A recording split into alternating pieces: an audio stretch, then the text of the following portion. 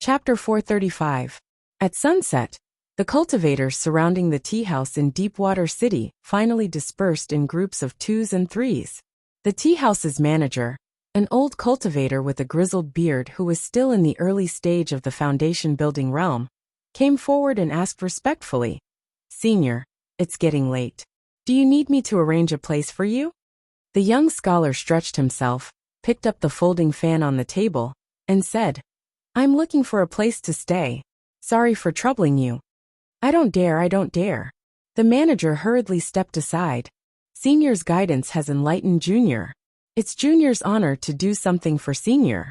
The manager was so respectful because before he came here, he gave this cultivator some pointers, allowing this cultivator, who didn't have much time left to live, to feel the meaning of cultivation again.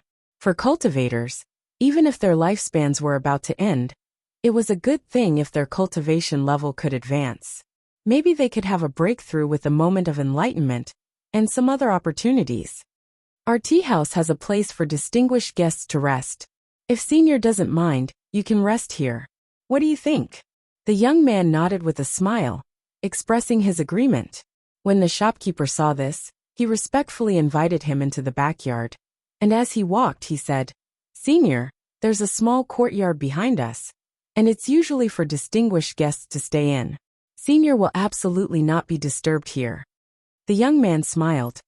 That would be best. The manager led the young man to the small courtyard in the back. After a brief introduction, and seeing that the young man was satisfied, the manager finally retreated with relief. Retreating to the entrance of the courtyard, the shopkeeper saw that an extremely powerful restriction had been set up in the courtyard. He wiped his sweat and said, "Senior, you don't look old, but your cultivation is so high. You are truly a genius." When the surrounding restrictions were completely opened, the young man touched the space between his eyebrows, summoning a sparkling and translucent bead. After several breaths, he suddenly disappeared from the room. This young man was naturally Emotienga. After entering the virtual sky world, Emotienga withdrew the appearance-mimicking technique and restored her original appearance. She then sat on a praying mat and closed her eyes to rest. Nia Wuxiang's appearance-mimicking technique was indeed extraordinary. After transforming, even she herself couldn't recognize her, let alone these low-level cultivators. With the strengthening effect of the spirit-concealing pendant, she reckoned even middle-stage nascent soul cultivators wouldn't be able to see through her disguise. This was enough. It was not easy to see a late nascent soul cultivator. After resting for a while and feeling full of energy, Emotienga took out a small bag and poured out a pile of things. This was her harvest for the day. Although it was not valuable, there were some peculiar things that were rather interesting. After all, there weren't many strange things. Many low-level cultivators exchanged some rare items with her. She found the items quite interesting, so she exchanged them. In any case, what these cultivators wanted were mostly medicinal pills, for aura refining or foundation building cultivators, or low-grade spirit tools and magic tools. To her, those were the most useless things. Even if she wanted to sell them, she'd find it troublesome. Emotienga picked up a fiery red stone from the pile of things. This was the fire obsidian stone that was exchanged from the hands of a low-level cultivator. Because of this incident, those low-level cultivators, regardless of whether they had valuable items in their hands or not, would just take out their items to exchange with her. In fact, there was nothing special about this fire obsidian stone. With this quality, it could only be sold for about 100 spirit stones in the celestial pole. Although it wasn't cheap, it wasn't rare either. The reason why she made the exchange was because she had never seen this thing since she arrived in Yunzhong. When she went shopping in Guifang City, a shop assistant told her he had never seen this thing before. Only then did she realize that fire obsidian might be a specialty of the celestial pole and couldn't be found in Yunzhong. But now, she actually saw this thing in the hands of a low-level cultivator. Furthermore, these cultivators didn't know what this thing was, so this was a bit strange. This was the seaside, and this sea area was the natural moat between the celestial pole and Yunzhong. If fire obsidian was really a specialty of the celestial pole, didn't that mean someone crossed the South Sea and lost fire obsidian here? Of course, this was only a guess. She had no way of knowing the truth. In addition, it wasn't like she didn't gain anything today. Although most of the so-called strange things in this small town were trivial matters, with so many people here, there were bound to be some people who heard some ancient legends. For example, an old ore refining cultivator whose lifespan was about to run out told her that when he was a child, he once heard a story about a celestial mountain appearing in the sea from his elders. Emotienga originally thought it was just a mirage, so she didn't pay too much attention to it. However, after listening to the old cultivator's story, she finally realized it wasn't that simple. The old cultivator said that at that time, all the fishermen and cultivators who hunted sea beasts for a living saw that celestial mountain. It suddenly appeared like a small island, and someone crossed the sea from it to trade some things with them. However, the seaside residents couldn't approach this celestial mountain. There seemed to be a dense fog around it, preventing people from advancing. Experienced cultivators said this was an illusory formation. This celestial mountain existed for about half a month before it disappeared, as if it had never appeared. Emotienga thought about it carefully and felt that this so-called celestial mountain was very likely a high-level cultivator's magic weapon. An independent space like the virtual sky world was admittedly a heaven-defying existence that even deification cultivators would find difficult to obtain. However, portable immortals caves weren't that rare. It was just that they cost a lot, so very few people had them. These portable immortals caves were usually made to look like magic weapons. After they were used, they would turn into something: a mountain, a tower, a boat, or even a house. After they transformed, their owners could move in. The principle was also very simple. Many cultivators in the core formation realm and above used flying magic weapons that weren't conspicuous when taken out. Once they were used, they would turn into carriages or boats. For example, Lord Taoist Jingha's cloud carriage was such a magic weapon. However, such a portable immortals cave was much more expensive than a cloud carriage. Even for a cultivation group disciple like her who didn't lack spirit stones, it was still a sky-high price. Even Lord Taoist Jingha probably wouldn't be willing to part with it. In addition, the required materials and techniques were also very rare. Even if one could afford it, there might not be anyone who could make it. Therefore, many high-level cultivators knew about this thing, but very few people had it. Why couldn't the spirit stones used to make a portable immortals cave be used for something else? Buying medicinal pills and materials could greatly improve one's cultivation level. What was the use of such a portable immortals cave without the support of spirit veins? It would cost a lot of spirit stones to maintain it on a daily basis. Its function was nothing more than making it more convenient to go out. In short, this thing cost a lot, but the benefits weren't very high. Unless one was extremely rich, very few people would make such a thing. The immortal mountain this old cultivator mentioned was very likely a high-level cultivator's portable immortals cave. He came here, stayed for several days, then left again. However, it was unclear whether this high-level cultivator came from the South Sea, or if he was a local cultivator from Yunzhong who passed through here. After she sorted out the information she heard today, Emotienga regretfully discovered that there wasn't much valuable information. However, she was already mentally prepared for this, so she wasn't too disappointed. If the clues to return to the Celestial Pole were so easy to find, how could there have been no contact between the Celestial Pole and Yunzhong for so many years? Besides, the shortcut to return to the Celestial Pole wasn't necessarily at the seaside. Transporting formations, space cracks, and the like didn't have a concept of distance. For example, the undersea path Mo Yaoqing found could be said to be God's good fortune. It was already not easy to find one. With that thought in mind, Emotienga decided to stay in Deep Water City for 3 to 5 days, and then go south. She would go to all the major cultivation towns in eastern Tang. Then she would go to Nanzhou and the west. The west of Yunzhong had never been included in the sphere of influence, because the west was barren, and there were almost no spirit veins. There were only many barbarians and small countries. However, Emotienga didn't want to let go of any opportunities. If she still couldn't find any clues in Nanzhou, she could go to the west. After all, the more backward a place was, the more legends there were. Just like that, Emotienga adjusted her breath in the virtual sky world for one night. The next day, Emotienga, still in the appearance of a young scholar, went out of the small courtyard where she temporarily lived, set up a table and chairs in the tea house, and began to collect strange news. After the first day of spreading the news, more people came today. However, most of them didn't have anything valuable in their hands. Although Emotienga didn't mind exchanging with low-level cultivators, she didn't accept everything. She rejected the ordinary things one by one, and only accepted some novel and interesting things. These cultivators originally came to try their luck. Although they were somewhat disappointed, they didn't think much of it, and continued to watch the fun from the side. In addition to these low-level aura refining cultivators, there were also some foundation-building cultivators, who heard yesterday's news, and came to ask for advice.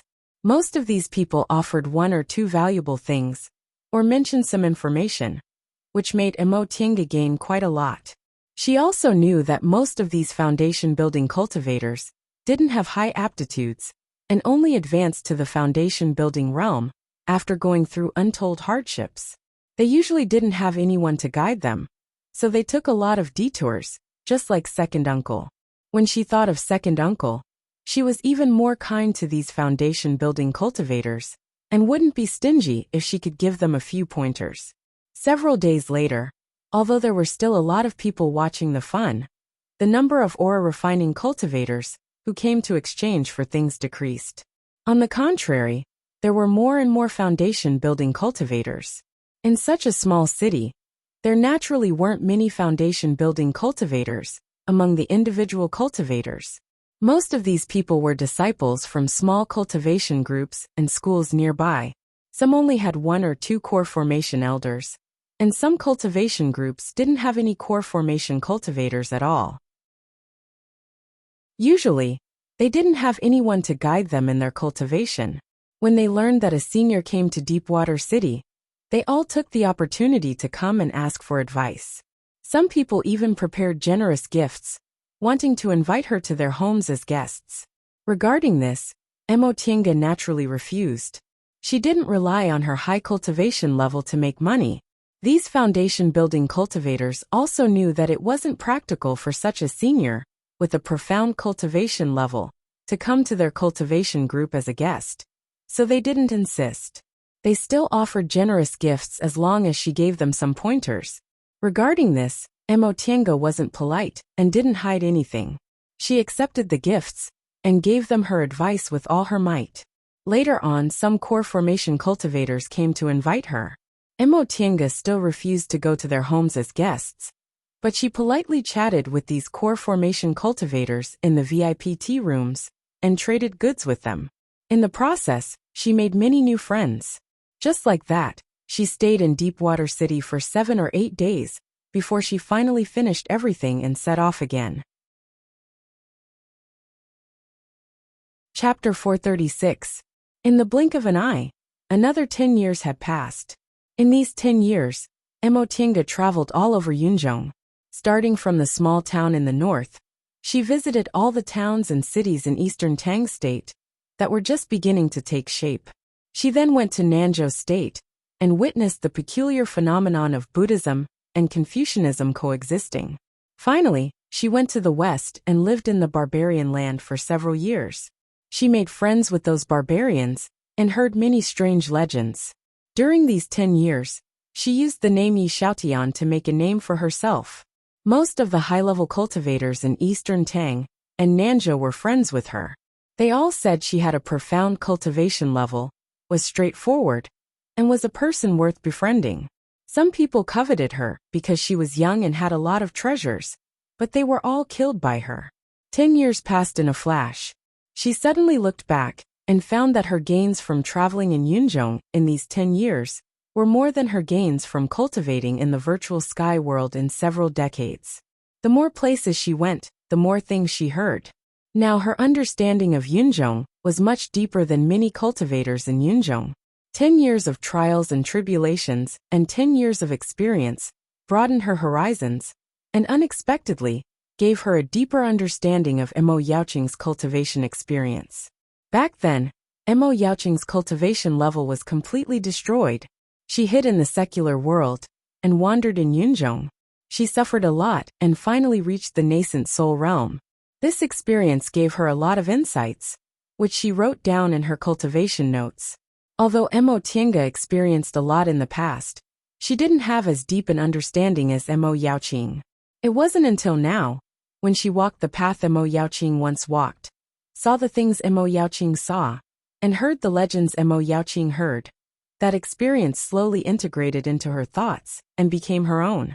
Mo Tiange was originally a person with excellent aptitude and a very stable mind. She also didn't lack panaceas. After integrating these experiences, even if she only cultivated step by step every day and didn't enter closed-door meditation, her cultivation level still progressed at a rapid pace. During these 10 years, her cultivation level in the late stage of the core formation realm not only stabilized, but also reached the peak of the late stage. She was only a step away from the peak stage of the core formation realm. Having reached this realm, Mo Tiange was no longer in a hurry. As long as nothing unexpected happened, and she continued to cultivate steadily, it was inevitable for her to form her nascent soul before she was 200 years old. At that time, she could rely on her tyrannical strength to cross the South Sea and return to the celestial pole. In the past 10 years, as expected, she didn't find a shortcut to return to the celestial pole. For this reason, she could only make plans. If there was still no hope at the last moment, she would cross the South Sea by force. With this goal in mind, she spent the next few years inquiring about the South Sea. The South Sea of the celestial pole was also known as the North Sea in Yunzhong, and very few people knew about it. Although this sea wasn't as mysterious as the Sea of Returning Ruins, it was far more dangerous. Even the core formation cultivators, who were on good terms with her, didn't know much about it. There were a few seniors who had seen the dangers of the sea, but when they mentioned it, they all shook their heads. They said that if one wasn't a nascent soul cultivator with profound cultivation, they would most likely not be able to return safely after entering the sea. Mo Tiange didn't give up hope. After a few years, she didn't gain nothing. For example, there was a kind of tree in Yunzhong called iron heartwood. This tree grew for 1,000 years and turned into black iron heartwood. This black iron heartwood was extremely tough. Not only was it impervious to ordinary iron, but even spells couldn't harm it. If it was used as a boat, it could resist gales and huge waves. After learning about this, she went deep into the land of the Western continent and finally found a black iron heartwood. She pondered about casting this wood into a boat. In addition to her own affairs, the situation in Yunzhong changed in the past 10 years, was also quite interesting. First, Mount Baifu seized the holy relic, the inescapable net, and its momentum rose greatly. Second, Juyan Sek's holy relic, the soul-restraining bead, began to be known by everyone. Third, Nameless Bead appeared not long ago, which caused another competition. So together with the Heavenly Devil Tower from several decades ago, 4 out of the 5 holy relic appeared one after another. Because of this, the news that the 5th holy relic was the Fuxing sword was no longer a secret. Several core formation cultivators who saw the Fuxing sword were very annoyed. They actually watched the holy relic slip away in front of them. Later, the news that the Fuxing sword fell into the hands of a female cultivator from the outer endless sea, Qinwei, spread throughout Yunzhong. This unknown cultivator from the outer endless sea, who came from afar, suddenly became the most popular figure in Yunzhong. Many sects began to track down Qinwei's whereabouts. Among them, Juyan sect, Huayan Temple, and Guifang City were the most eager. These 3 sects watched Qinwei slip away right under their noses. Unfortunately, this Qinwei seemed to have disappeared in Yunzhong. No matter how they searched, they couldn't find any trace of her. Even nascent soul experts couldn't find her. Therefore, some people said that this Qinwei wasn't from Yunzhong. Perhaps she had already returned to the outer endless sea? Many people believed this news, but only the people of Juyan sect were suspicious. Because their sect master, Ling Yunhe, knew that the matter she entrusted to him was no small matter. Before she left, she should have come to ask for the reward. However, they couldn't find her anywhere, so in the end, they could only believe her. The high-level cultivators of Julian sect couldn't help but sigh. Although this Qin Wei was only a core formation female cultivator, her willpower and decisiveness were extraordinary. They were afraid that after she found out she had the Fuxing sword, she immediately gave up the benefits she was about to obtain and ran far away. Some of these things were known to Emotienga, but some were unknown to her. What she knew was that she had already become a key figure that cultivators in Yunzhong couldn't find. However, after changing her appearance, she didn't plan to get involved. Her illusory technique was very successful. Many core formation cultivators in Yunzhong recognized a late-stage core formation cultivator called Yi Xiaotian, but they didn't know that this young scholar was Qin Wei, who stirred up a huge storm in Yunzhong. What she didn't know was that her disappearance made the nascent soul big shots in Yunzhong so angry that they secretly gritted their teeth. For out of the 5 legendary holy relic had appeared in the past few decades, if they could gather all 5, they could go to returning ruins sea to explore it, and maybe they could find the path to the deification realm. Unfortunately, this Qin Wei disappeared with the Fuxing sword, causing their plan to completely fall through. After all, the 5 holy relic had disappeared for almost 100,000 years before they reappeared in the world. If they missed this chance, they didn't know when they would get another one. At that time, no matter how high their cultivation levels were, they would become a pile of bones. Just like that, Emotienga became a thorn in the eyes of the nascent soul cultivators in Yunzhong. Master Immortal!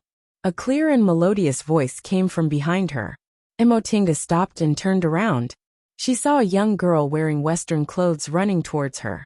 The silver bracelets on her wrist jingled, and every step she took was a musical note. Master Immortal! The young girl stopped in front of her, raised her rosy cheeks and looked at her. Are you leaving already? Emotienga smiled and looked at the young girl in front of her. Ai, why did you come? The young girl lowered her head and grabbed her braid. After a while, she raised her head again and looked at Emotienga with her bright eyes. Master Immortal, I'll go with you, okay? Emotienga was stunned.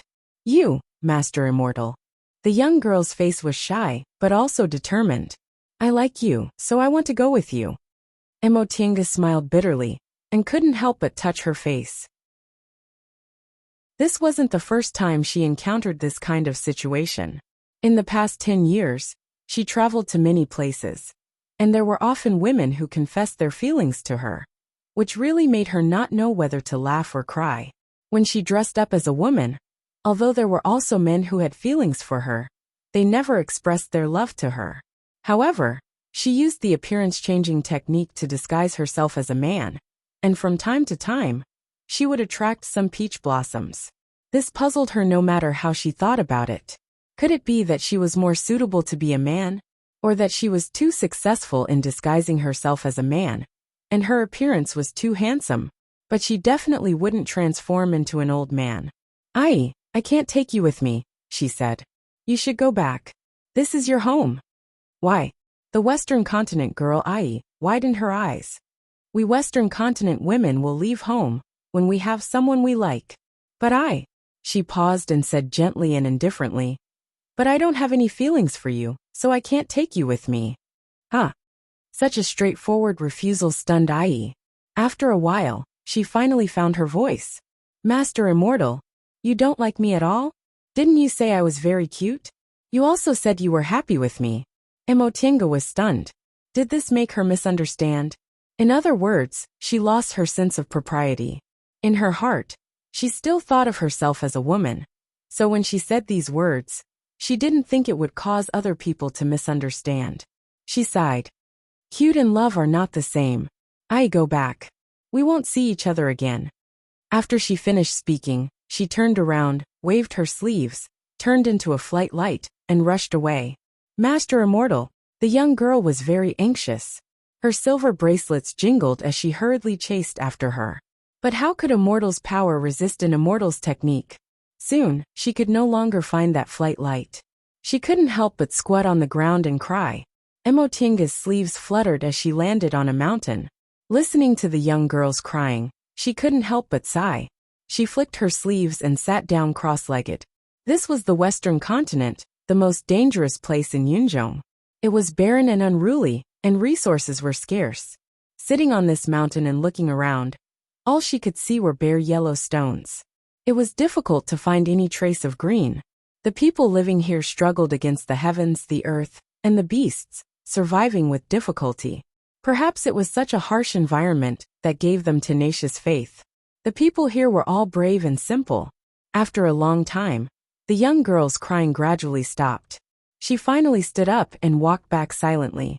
Emotinga stared at her until her silhouette disappeared. Although she couldn't accept it, such a persistent and passionate feeling made her burn. Spring flowers fell, autumn wind blew, summer lotus bloomed, and winter sleeps. Time didn't stop. Year after year, in the blink of an eye, 50 years had passed. When she came to Yunzhong, she never thought she would not return for 50 years, nor did she think it would be difficult to find the way back. When they were together, she always felt that between them, there was only this kind of ordinary, but long-lasting feeling. But at this time, because of this Western continent girl, she suddenly realized that deep in her heart, there was also this kind of love. This love wasn't strong, but it was mellow like wine. The longer it was stored in her heart, the deeper it became. "It's time to go back," she whispered. Her harvest in the past 10 years had exceeded her expectations. Maybe she should find a place to enter closed-door meditation, advance to the peak stage, and enter the nascent soul realm in one fell swoop. In this way, she could rely on her profound cultivation level to cross the South Sea. She clenched her hands and made a decision. Chapter 437. For mortals, the Western continent was a barren land, full of ferocious beasts, not a suitable place to live. Naturally, it was also not a good place to play. Moreover, it was barren, so even merchants would not come here. For cultivators, there were no excellent spiritual veins in the Western continent, let alone heavenly treasures, spirit beasts, and spirit grasses. Therefore, unless they were looking for some strange things, they would not set foot in the Western continent. But these things weren't important to Emotinga. Sitting on the top of this desolate mountain in the Western continent, feeling the biting cold wind blowing, the vast and distant aura blowing on his face. For hundreds of thousands of years, other than a small number of barbarians, there were no traces of other people here. It still maintained the ancient style, and her thoughts easily entered it. She sat cross-legged and closed her eyes, feeling the howling wind blowing past her ears, as well as the distant cave dwellings and the melodious chants of the barbarians. I might as well go into seclusion here. A thought popped up in her mind. Although there were no spirit veins here, she had the virtual sky world, so it wouldn't be a problem. With this thought in mind, he decided to meditate on the spot. Doing this couldn't increase her spiritual aura, but the gains in her mental state were far from what she gained in the virtual sky world. The wind of the Western continent was rough, just like the imperial sky and the Queen of Earth here, vast and distant, as if it came from the ancient times, without the noise of the mortal world, and without the competition of interests. Gradually, his heart melted with the wind, drifting with the wind towards the ancient world. The golden crow descended. The jade rabbit rose from the east. Day and night alternated. Time passed day by day. The wind swept up the yellow soil, and gradually buried the person sitting cross-legged on the mountaintop. This meditation lasted for half a month. Emotinga woke up from her meditative state, and stared at the yellow soil piled on her body. She didn't know whether to laugh or cry. If she continued to meditate for a few more months, when she woke up, she was afraid that others would think of her as a desolate grave. Fortunately, this was not a problem for cultivators. She gently shook her sleeves, and the yellow soil was blown away by the wind. Her clothes were as good as new, and there was not a speck of dust on her face. She sat down cross-legged at the top of the mountain, with a smile on her face. She felt extremely relaxed. In this half a month, her mental state once again had some insights. These insights allowed her to have a deeper understanding of Mo Yaoqing's cultivation experience. If that's the case, it wouldn't be a problem for him to reach the peak of the nascent soul realm. Of course, If he wanted to go into seclusion, there were still many things that he had to resolve. For example, stabilizing one's realm, guarding one's state of mind, as well as various medicinal pills that could stimulate one's advancement, as well as some protective measures. Forming one's nascent soul was different from forming one's core. If one's core shattered and failed to form one's nascent soul, one's cultivation would be crippled. Therefore, if something went wrong, she had to end her nascent soul formation before her golden core broke. Once her golden core broke, she had to succeed in her nascent soul formation. She didn't want to cultivate from the beginning. That would be much more difficult than what she was doing now. After sitting for a while, she took out a sword from her chinkuan bag. This sword was simple, heavy, and had a restrained brilliance. The sound of wind and thunder could be faintly heard, but there was a strand of devilish qi that couldn't be dispersed coiled around it. Emotinga sighed as she stared at the sword.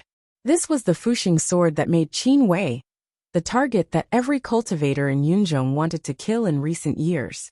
All these years, it wasn't that she didn't want to uncover the secret of the Fuxing sword, but no matter how much she pondered, the Fuxing sword remained the same. She didn't know what material this sword was made of. Not only was it incomparably tough, but even divine sense couldn't penetrate its interior. Therefore, she couldn't figure out to what extent this sword had been corroded by the devilish qi. Although the ancient records of the virtual sky world said that the spirit-quenching water could wash away all devilish qi and impurities, this thing was hard to find in the world, and there were no clues about it. However, in the past few years, she heard a lot of rumors. Among them, there was one that most core formation cultivators agreed on. The so-called 5 holy objects. Their power as magic weapons wasn't important. What was important was that they were the keys to the secret hidden in the Sea of Returning Ruins. Among these core formation cultivators, there were many disciples from big cultivation groups. Emotinga pondered. Now that the 5 holy objects were widely known in Yunzhong, this rumor was very likely to be true.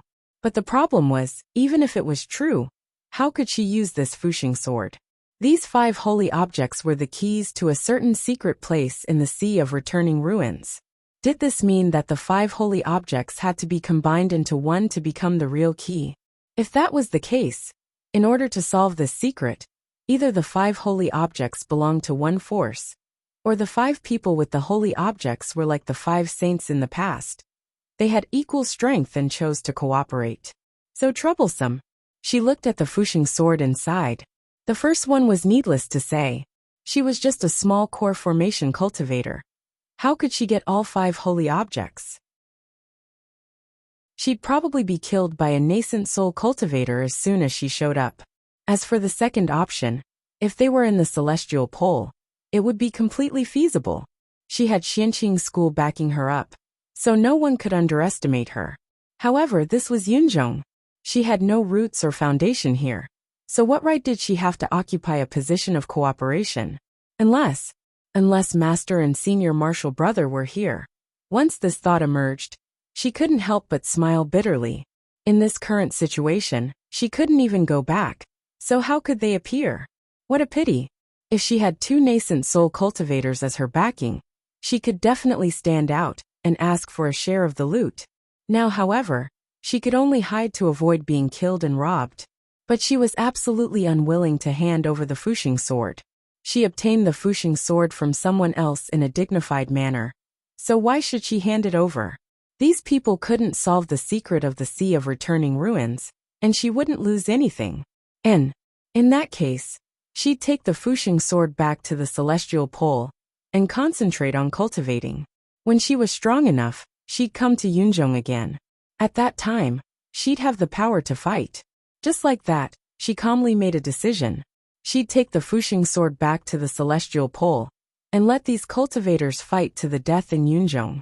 It wouldn't matter to her even if they died.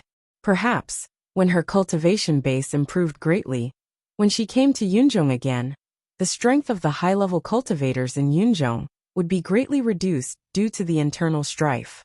At that time, she could openly share a piece of the pie with them, and even occupy more benefits. With that thought in mind, she reached out and touched the sharp blade of the Fuxing sword. A magic weapon from nearly 100,000 years ago, which had been corroded in the devil domain for so many years, still had this kind of momentum. Fu Yaozi's tool refining technique was really amazing, not to mention restoring the Fuxing sword's former glory. If she could learn a little bit of Fu Yaozi's tool refining technique and refine her magic weapon, the power of her magic weapon would definitely be greatly improved. Unfortunately, her current cultivation level wasn't enough to find the secret of the Fuxing sword. After thinking about these things, she was about to put the Fuxing sword away when she suddenly felt a sharp pain in her chest, as if a needle had been ruthlessly stabbed into her heart, almost making her lose consciousness in a split second. Ugh! She covered her chest and explored her heart meridian with her spiritual aura, only to find that her heart meridian was completely normal. There was no problem at all. Then she felt another sharp pain. This time, she even fainted for several breaths before she recovered. What's going on? In a trance, she suddenly realized what had happened. The one who was injured wasn't her but Qinshi. There was a blood oath between them, so they could sense each other's condition. When they were fine, this kind of feeling was very weak, but if there was a strong feeling, it meant one of them was seriously injured. She panicked as she realized this. Such a strong feeling actually made her faint for a moment, even though she was thousands of miles away. What kind of injury did Qinshi suffer? Would his life be in danger? Strange. He'd already advanced into the nascent soul realm, and his divine power was powerful. What kind of danger did he encounter that made him seriously injured? She tried hard to breathe and calm herself down. Emotienga closed her eyes and continued to sense Qinshi's condition. Although it wasn't as painful as before, the feeling of pain came in waves and didn't stop. What was he doing? Was he fighting with someone or a demonic beast? Where's Master? Did he go to some dangerous place again? Her mind was in a mess, and she almost couldn't suppress her fear. After being separated for 50 years, she was looking forward to reuniting with him. But now, another burst of pain came.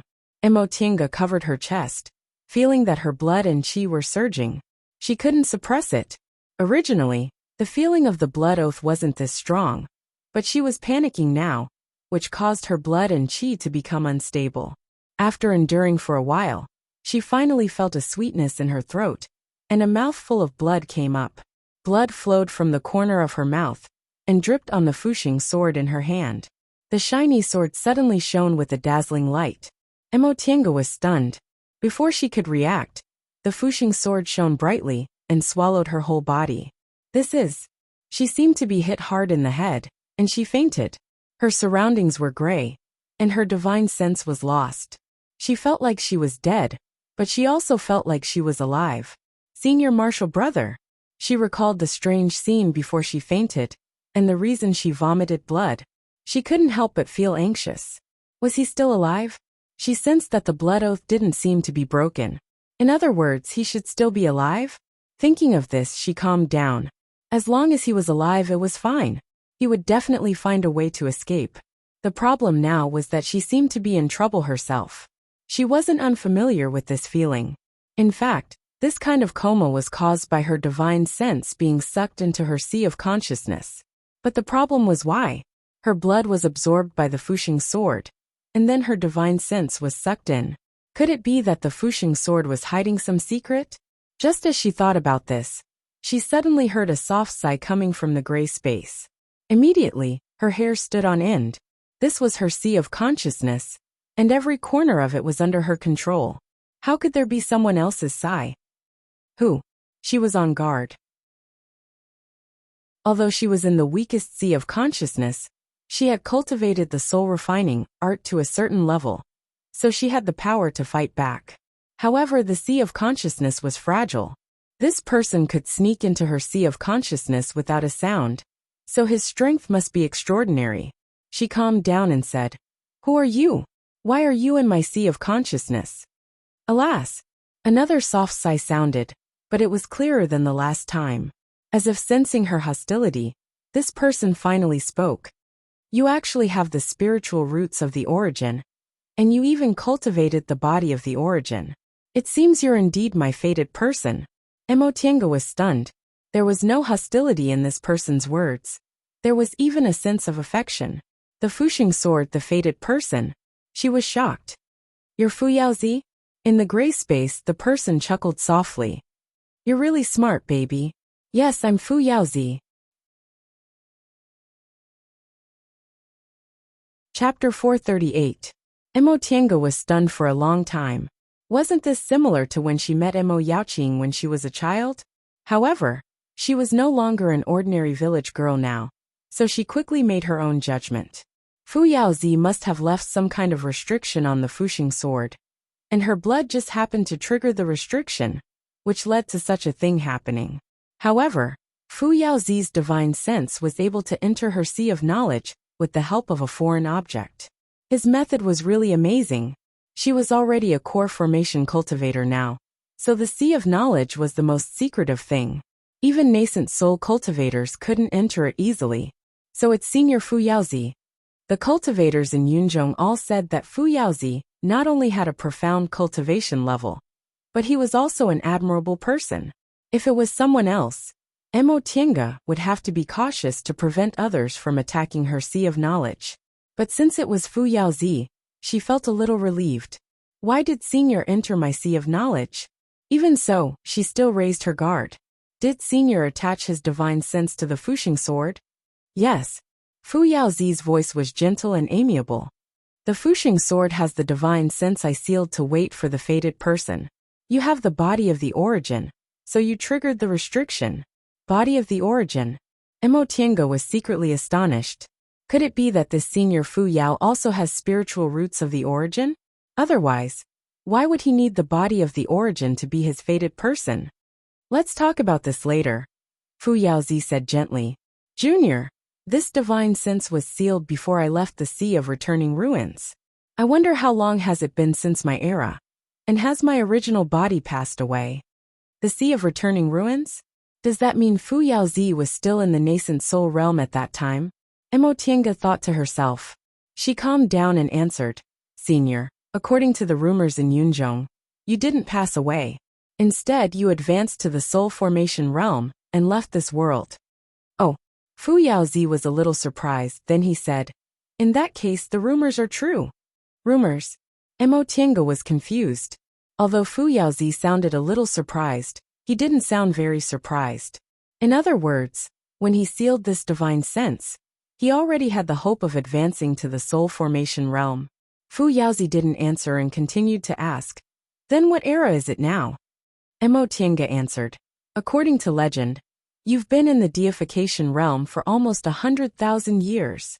100,000 years. Fu Yaozi paused for a moment then sighed. It's actually been so long. If that's the case, everything has already become a legend. You're right, Emo Tiange said. Although everyone in Yunzhong knows about Fu Yaozi now, very few people know about his deeds. Fu Yaozi sighed and asked, what about you? Junior, who are you, and how did you obtain this Fuxing sword? This question made Emo Tiange hesitate for a moment. After thinking about it, she felt that Fu Yaozi was only a wisp of his divine comprehension, so there wasn't anything he couldn't say. Besides, he was in her sea of knowledge, so it would be very easy for him to know whether she was telling the truth or not. He said, Junior is from the north of Yunzhong, a person of the celestial pole. Several decades ago, I crossed the sea and came to Yunzhong. Senior's Fuxing sword was said to have been lost in the infernal domain when you were fighting the 10 infernal monarchs. It had been corroded for tens of thousands of years, and was later brought out of the infernal domain by an infernal cultivator. Junior had obtained the Fuxing sword from him. The infernal domain? Fu Yaozi muttered. No wonder there's a lingering devil aura in the Fuxing sword. So that's why. His words attracted Emo Tiange's attention. Senior, the Fuxing sword has been corroded in the infernal domain for tens of thousands of years. But why isn't Senior affected at all? As far as she knew, Dao and devils were innately in conflict. Fu Yaozi was a Dao cultivator, so his restrictions in the infernal domain would definitely be corroded like the Fuxing sword. But now, it seemed like Fu Yaozi's divine sense wasn't affected at all. Fu Yaozi smiled and said gently, if it was so easily corroded by devil aura, my restrictions would be too useless. Mo Tiange thought to herself. In that case, Fu Yaozi's secret technique actually wasn't afraid of devil aura? This was really tempting. Junior, Fu Yaozi said. You said you're from the celestial pole? Yes, Mo Tiange answered. The celestial pole is located in the north of Yunzhong, separated by a sea. However, that sea is really too dangerous. For more than 100,000 years, there's almost no one coming or going from there. Senior with Senior's divine power, you should know about the celestial pole, right? His words sounded like a compliment, but for a legendary figure like Fu Yaozi, this little compliment wasn't excessive. Others might not be able to do it, but he was known as the #1 cultivator in Yunzhong, so it wasn't strange for him to have this little bit of divine power. Sure enough, Fu Yaozi said, I do know about the celestial pole. Years ago, I also crossed the sea. The North Sea is unpredictable, but a junior like you actually came to Yunzhong. It's really inconceivable. Presumably, you have some divine power and extremely good luck. Being praised by such a legendary figure, Mo Tiange was a bit embarrassed. She said, to be honest, Junior didn't come to Yunzhong directly by crossing the sea. Junior found an undersea passage. Oh? After Fu Yaozi recovered from his surprise, he smiled and said, no wonder. It's really too dangerous for a core formation cultivator to cross the North Sea. Mo Tiange thought to herself. Nie Wuxiang actually crossed the South Sea by relying on her core formation cultivation level. But this matter wasn't important, so there was no need to mention it in front of Fu Yaozi. Fu Yaozi paused for a moment, then continued to say, whether you're a cultivator in Yunzhong or a cultivator in the celestial pole isn't important. Since you've awakened the restriction on the Fuxing sword, you're my fated person. Mo Tiange's curiosity was piqued when she heard Fu Yaozi mention the term fated person once again. She asked, may I ask why Senior sealed his divine sense on the Fuxing sword? What does fated person mean? Also, Senior just said that Junior was able to awaken the restriction because I have the body of the origin. Senior you. There were countless questions in her mind. If the restriction on the Fuxing sword was triggered by blood, how could it last until today?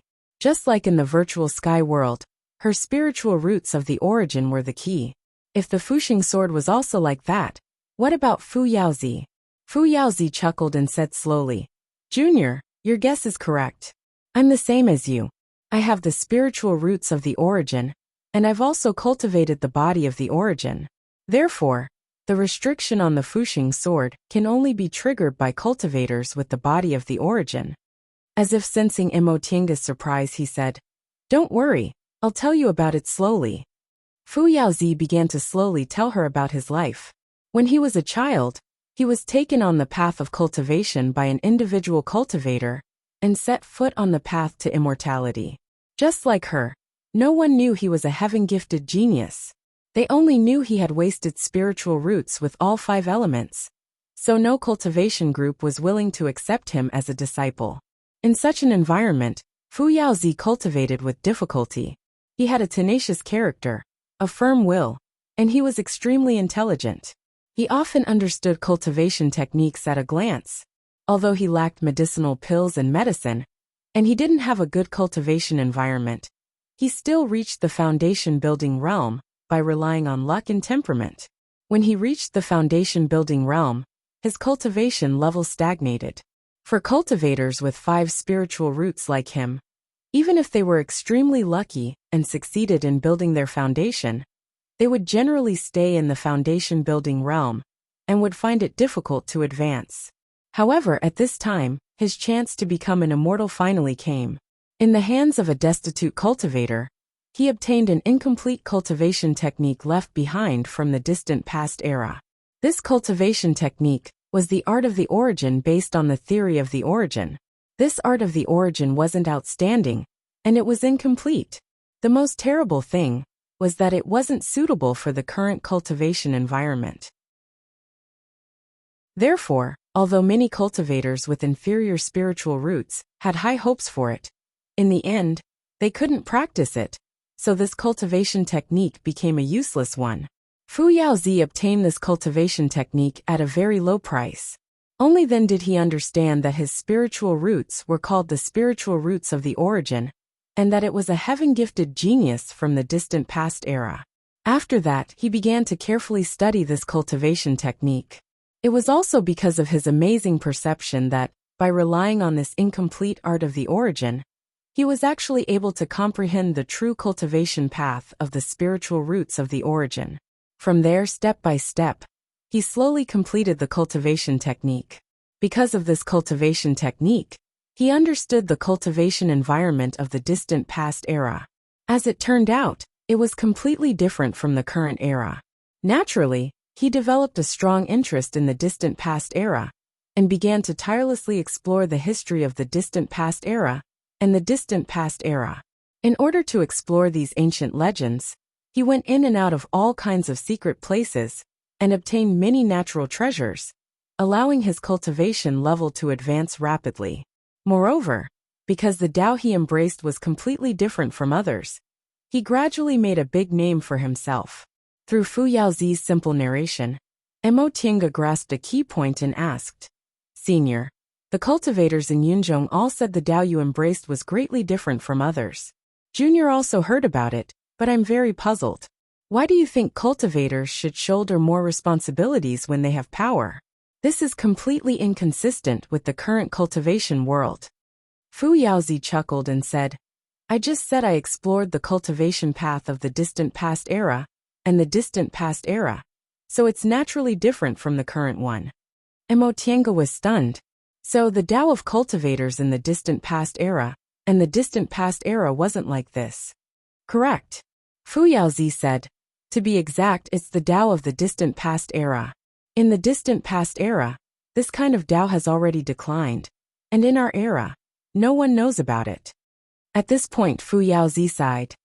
"Back then, I didn't understand why there were no more cultivators who ascended to immortality in our current world. Was it simply because the spiritual aura wasn't strong enough? I don't think so. Later, as my cultivation level gradually increased, I came into contact with more and more secret places from the distant past era. Finally, I was sure it was related to Tao." Tao? Mo Tiange was shocked. Feifei once said the rules of the human world were different. Could it be the same as what Fu Yaozi said? If that was the case, wasn't the current cultivation world a deformed existence? Junior, you haven't reached the nascent soul realm yet, so you don't need to worry about this matter too much. After so many years, you're the only one who successfully triggered the restriction on the Fuxing sword, so you're my fated person. Let me ask you, are you willing to inherit my unfulfilled wish and continue the path I might not have finished? Mo Tiange took a deep breath. From what he said, Fu Yaozi seemed to be looking for a successor. If she agreed, would she be able to obtain this amazingly talented cultivator's inheritance? However, what did he mean by a path he might not have finished? As if sensing her confusion, Fu Yaozi said, "If you agree, you'll be my successor, and I'll teach you everything I've learned in my life. However, you have to promise me that you'll continue to explore the Tao of the distant past era and look for the truth of this cultivation world." Chapter 439. Fu Yaozi was said to be the #1 celestial cultivator in the clouds. He didn't belong to any sect, but he had a body full of amazing supernatural powers. He traveled through the clouds and fought against the 10 great demon monarchs alone without being at a disadvantage. In the end, he turned into a deity and left, becoming an eternal legend in the clouds. How many people would be able to resist such a temptation when such a person said, "Become my successor"? Even a demonic cultivator would be willing to cripple his cultivation and start from scratch, right? Mo Tiange had to admit that she couldn't withstand this kind of temptation, especially since Fu Yaozi also had spiritual roots of the origin like her. Although she already had a master, this was not a problem. Even though she inherited Fu Yaozi's legacy, Xianqing School was still her school, and Lord Taoist Jinghe was still her master. "Senior, this junior is very willing to be your successor," Mo Tiange said cautiously. "But what do you mean by finding the truth about the cultivation world?" Heh, Fu Yaozi chuckled. What does the primordial era look like? Why did God leave the world? Why did demons, immortals, and demons have to be separated? Why were the primordial era and the ancient era destroyed? What was the difference between the righteousness of ancient times and the righteousness of today? Why had no one ascended after so many years? Is our method of cultivation really correct? He paused and asked, "Don't you want to know these questions?" Emotienga was silent. Fu Yaozi's questions were all questions that she couldn't answer right now, and they weren't things that she could find the answers to in her current state. However, if one day she could form her nascent soul and reach the deification stage, then these would be the questions she would seek the answers to, because at that time, she would have to pursue the true meaning of the world and find a way to ascend. Junior will explore these things sooner or later, but not now, Emotienga said. Fu Yaozi chuckled. It looks like this old man did not misjudge you. After a pause, he said, "Since you have this ambition, then are you willing to be my successor?" Since the question was already asked, how could Emotienga still refuse? She said, "Junior is willing." Hearing her promise, Fu Yaozi smiled warmly and said, "Since that's the case from now on, you're my Fu Yaozi's successor." Emotienga cleverly changed the way she addressed him. Disciple greets master. Right now the two of them were in the sea of consciousness, just a wisp of divine sense. The so-called greeting was just a way of expressing their stance. Fu Yaozi naturally understood and said, "No need to be so polite."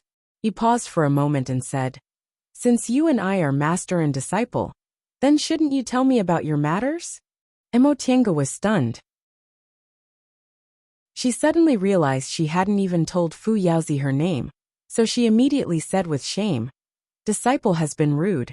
Master, please don't blame me." Fu Yaozi still chuckled and did not find it strange. Emotienga couldn't help but have a strange feeling that this master of hers was a gentle person. Her two masters really had very different personalities. One was so arrogant that his tail was up to the sky, while the other was calm and indifferent. "Master, I will naturally report everything to you in full detail. However, can we change to another place?" Fu Yaozi expressed his doubts. Emotienga hesitated. "This is Disciple's Sea of Knowledge." Fu Yaozi paused for a moment and said, "Oh." The Sea of Knowledge was hidden behind the Dantian. It could be said to be a cultivator's most secretive and most vulnerable place. Even the closest master and disciple couple wouldn't let each other enter. Entering another person's sea of knowledge was indeed a cultivator's biggest taboo. Seeing that Fu Yaozi didn't answer immediately, Emotienga asked, "Could it be that master can only exist in disciple's sea of knowledge?" This wasn't impossible. After all, this wasn't Fu Yaozi's real body. It was only a wisp of his divine sense. "That's not it." Fu Yaozi smiled and said, "Master entered your sea of knowledge just to test you. Since you've already obtained my approval, of course you can leave." Emotienga breathed a sigh of relief. Although she had agreed to become Fu Yaozi's successor, there wasn't much master-disciple relationship between them. She instinctively felt uneasy letting him stay in her sea of knowledge like this. "Master, then next." "You don't need to say anything," Fu Yaozi said. "I'll leave your sea of knowledge first. When the time comes, you'll naturally wake up when you're alone." Yes. After a while, Fu Yaozi's divine sense really slowly disappeared from her sea of knowledge. Emotienga immediately concealed her spirit and qi, and entered a tranquil state. Whoosh! Suddenly, she heard the sound of a sharp weapon. Emotienga opened her eyes, saw the earth in front of her, and heard the whistling wind in her ears. She heaved a sigh of relief. She didn't enter her sea of knowledge on her own, but was brought in by Fu Yaozi. This kind of feeling wasn't good. If she was trapped in her own sea of knowledge and couldn't come out, she would become a living dead person. "How is it? Is there any problem?" Fu Yaozi's voice came, but it was a bit more vague than in her sea of knowledge. Emotienga looked down and saw that the voice came from the Fuxing sword. She asked, "Master, can you attach yourself to the sword?" "Of course. This sword was specially refined by me in order to store my divine sense." Fu Yaozi paused for a moment then said, "Disciple, Master's divine sense has been triggered by you, but I'm not sure how long it can last. You'd better hurry up." Upon hearing this, Mo Tiange suddenly remembered that something like divine sense would dissipate one day after it left the body. Although some divine senses could be stored for a long time, they couldn't exist forever. She didn't dare to waste any more time, and began to tell Fu Yaozi everything about her. Fu Yaozi asked very carefully, from the moment she stepped on the path of cultivation to when she traveled to Yunzhong. He asked about everything in detail, especially about the art of the origin. When he heard that Mo Tiange met 2 deification cultivators and obtained the art of the origin from there, he couldn't help but sigh at her good luck. Although many nascent soul cultivators knew about the existence of deification cultivators in this world, only a few of them had actually met one. For some reason, after cultivators reached the deification realm, they would choose to leave the world and no longer interact with the world. Perhaps their cultivation levels had reached the peak, so the things in this world could no longer attract them. Mo Tiange was indeed very lucky to be able to obtain the art of the origin bestowed by a deification cultivator. She wasn't like him, who only had an incomplete cultivation technique, and had to go through untold hardships to explore secret places left behind from the distant past era, before his cultivation level could advance step by step. He talked about it for a whole day. This was the first time Mo Tiange recalled her life so carefully. Now that she thought about it again, she had a different experience. It was as if she was watching other people's lives as an outsider. After he finished talking, the Fuxing sword fell silent. Mo Tiange waited for a long time, but Fu Yaozi didn't say anything. She couldn't help but feel a bit uneasy and called out, "Master." "En." A faint voice came from the Fuxing sword. "Is there something wrong with what disciple experienced?" Fu Yaozi was silent for a while, then said, "That's not it. It's just that the art of the origin you practiced was taught by a deification cultivator. So I don't know what else I can teach you." The art of the origin Zhong Muling taught her was a complete set. Coupled with Zhong Muling's own modifications, it was naturally extraordinary. As for Fu Yaozi, although there were rumors in Yunzhong that he had also reached the deification realm, this divine sense was left behind when he was in the nascent soul realm. His cultivation technique naturally couldn't compare to the one Zhong Muling taught her. After a while, Fu Yaozi said, "That being the case, I won't teach you the art of the origin. However, I can teach you some cultivation experiences and divine abilities in fights of magical powers." Mo Tiange was overjoyed. She had Zhong Muling's Taiyuan record and Mo Yaoqing's art of Sunu, so she didn't have any desire for cultivation techniques. As for Fu Yaozi, rumor had it that his divine abilities ran amok in Yunzhong, and he could fight 10 devil monarchs alone when he was in the middle stage of the nascent soul realm. If she could get his experience in fights of magical powers, her strength would definitely increase greatly. "Thank you, Master." "You don't have to thank me too early," Fu Yaozi said. Fu Yaozi said, "What I left behind is only a divine sense. My abilities aren't even half of my original bodies, so the things I can teach you are limited." Despite that, Mo Tiange wasn't disappointed. "Even if I can learn half of Master's divine abilities, I'll still benefit a lot. Besides, disciple doesn't think I'm a stupid person. I also have my own divine abilities. As long as I can master Master's divine abilities, my strength will naturally increase. If I only learn Master's divine abilities, I'll be at a disadvantage." "Oh." Her words surprised Fu Yaozi, but he soon smiled and said, "You're really smart. Master is very pleased."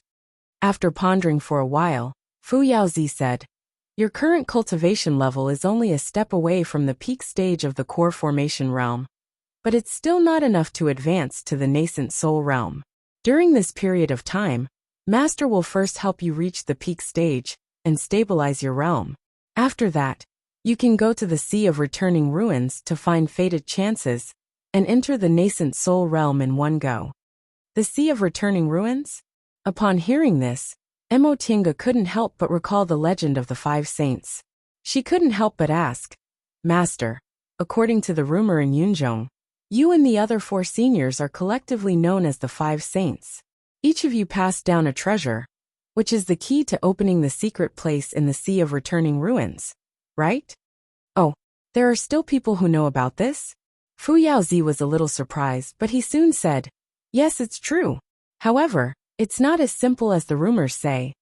Then, just as she was about to continue asking, Fu Yaozi interrupted her. "Let's talk about this later. When the time comes, Master will tell you. For now, you should improve your cultivation level. If you reach the peak stage of the core formation realm, with my help, you can go to the Sea of Returning Ruins." Emo Tienga swallowed the words she wanted to say and answered, "Yes." With the help of Fu Yaozi's divine sense, she would definitely be able to get a share of the secret place in the Sea of Returning Ruins. So there was no need to worry. Right now it was better to be obedient and improve her strength first. In the following days, Fu Yaozi taught Emo Tienga his fighting divine abilities one by one. Emo Tienga returned to the virtual sky world and practiced according to his instructions. After learning about the existence of the virtual sky world, Fu Yaozi was very surprised. He repeatedly sighed at her heaven-defying fated chances. It was no wonder she had such a high cultivation level at such a young age. If he had such a fated chance back then, how could he have wasted so many years? In an environment full of spiritual aura like the virtual sky world, many of Fu Yaozi's experiences became a bit easier to cultivate. Time flowed like water. Under Fu Yaozi's guidance, Emo Tienga cultivated and learned divine abilities at the same time. Several years passed. During this period of time, Emo Tienga had never been so focused. In her cultivation career, she had never had someone to guide her. Even her master, Lord Taoist Jinghe, could only guide her slowly due to the limitations of his cultivation technique and couldn't personally teach her. Occasionally, when she was free, she would think about the reaction of the blood oath and would feel anxious. Fortunately, the connection between them hadn't been broken, and she no longer had such a strong reaction. Presumably, Qinxi's injuries had gradually healed, right? But she didn't know where he was now, or when she could go look for him.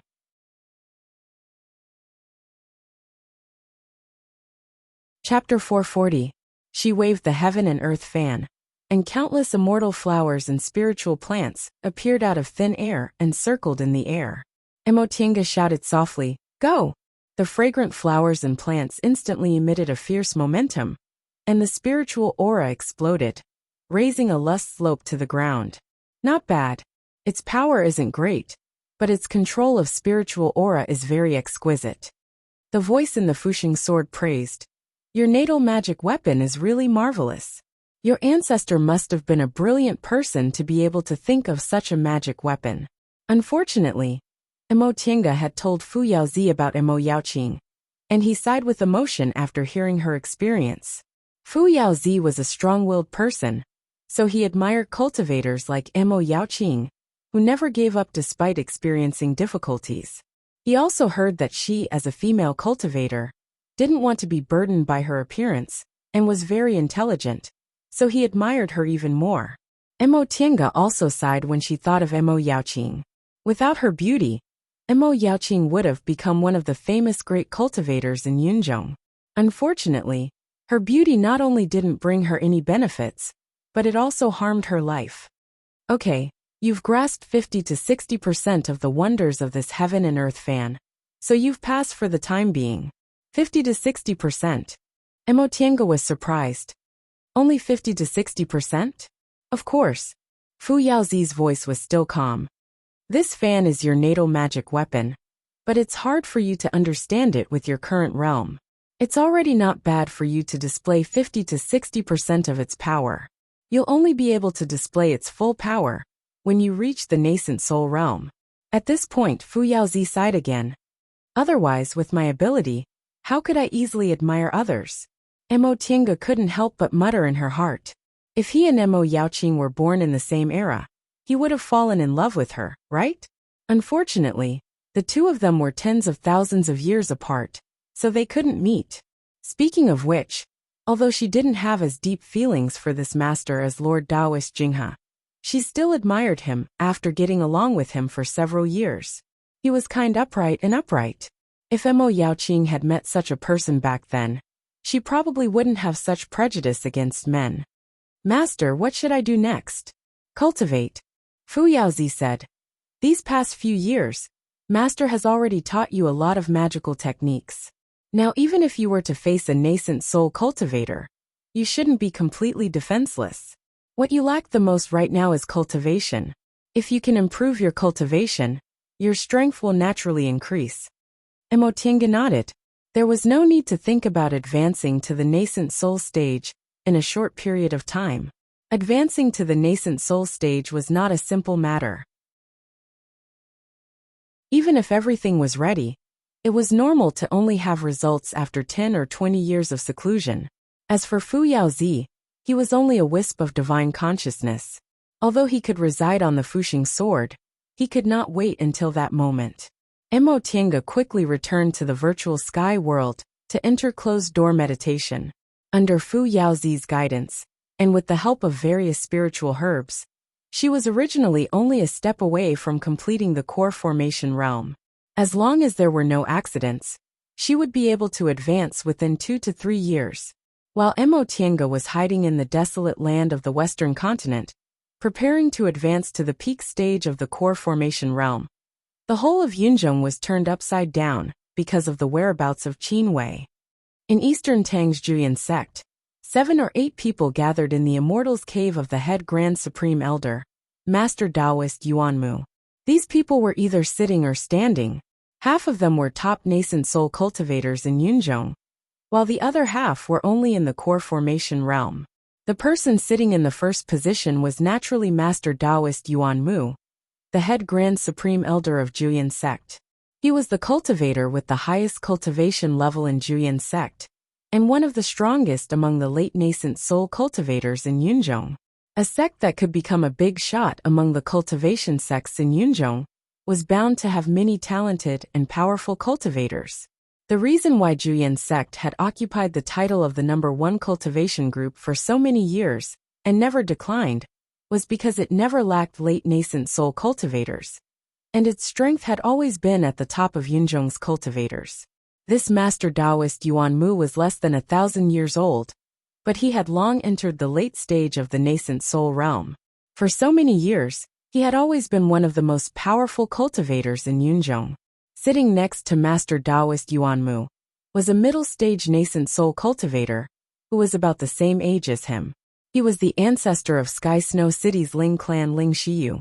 Although Ling Shiyu was only in the middle stage of the nascent soul realm, and his strength couldn't be considered second in Juyan sect, he had a very good relationship with Master Taoist Yuanmu, and was good at making friends with people of the same generation.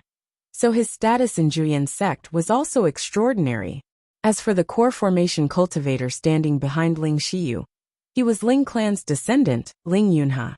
In front of the head Grand Supreme Elder and the ancestor, even though Ling Yunha was the sect head of Juyan sect, he could only stand. Aside from these 3 Juyan sect hosts, the other people in the guest seats were monks and scholars, all dressed differently. Sitting on the left was an old monk with a white beard, white eyebrows and a kind face. If Emotienga was here, she would definitely recognize this old monk whose eyes were always closed. He was revered Wu Ming.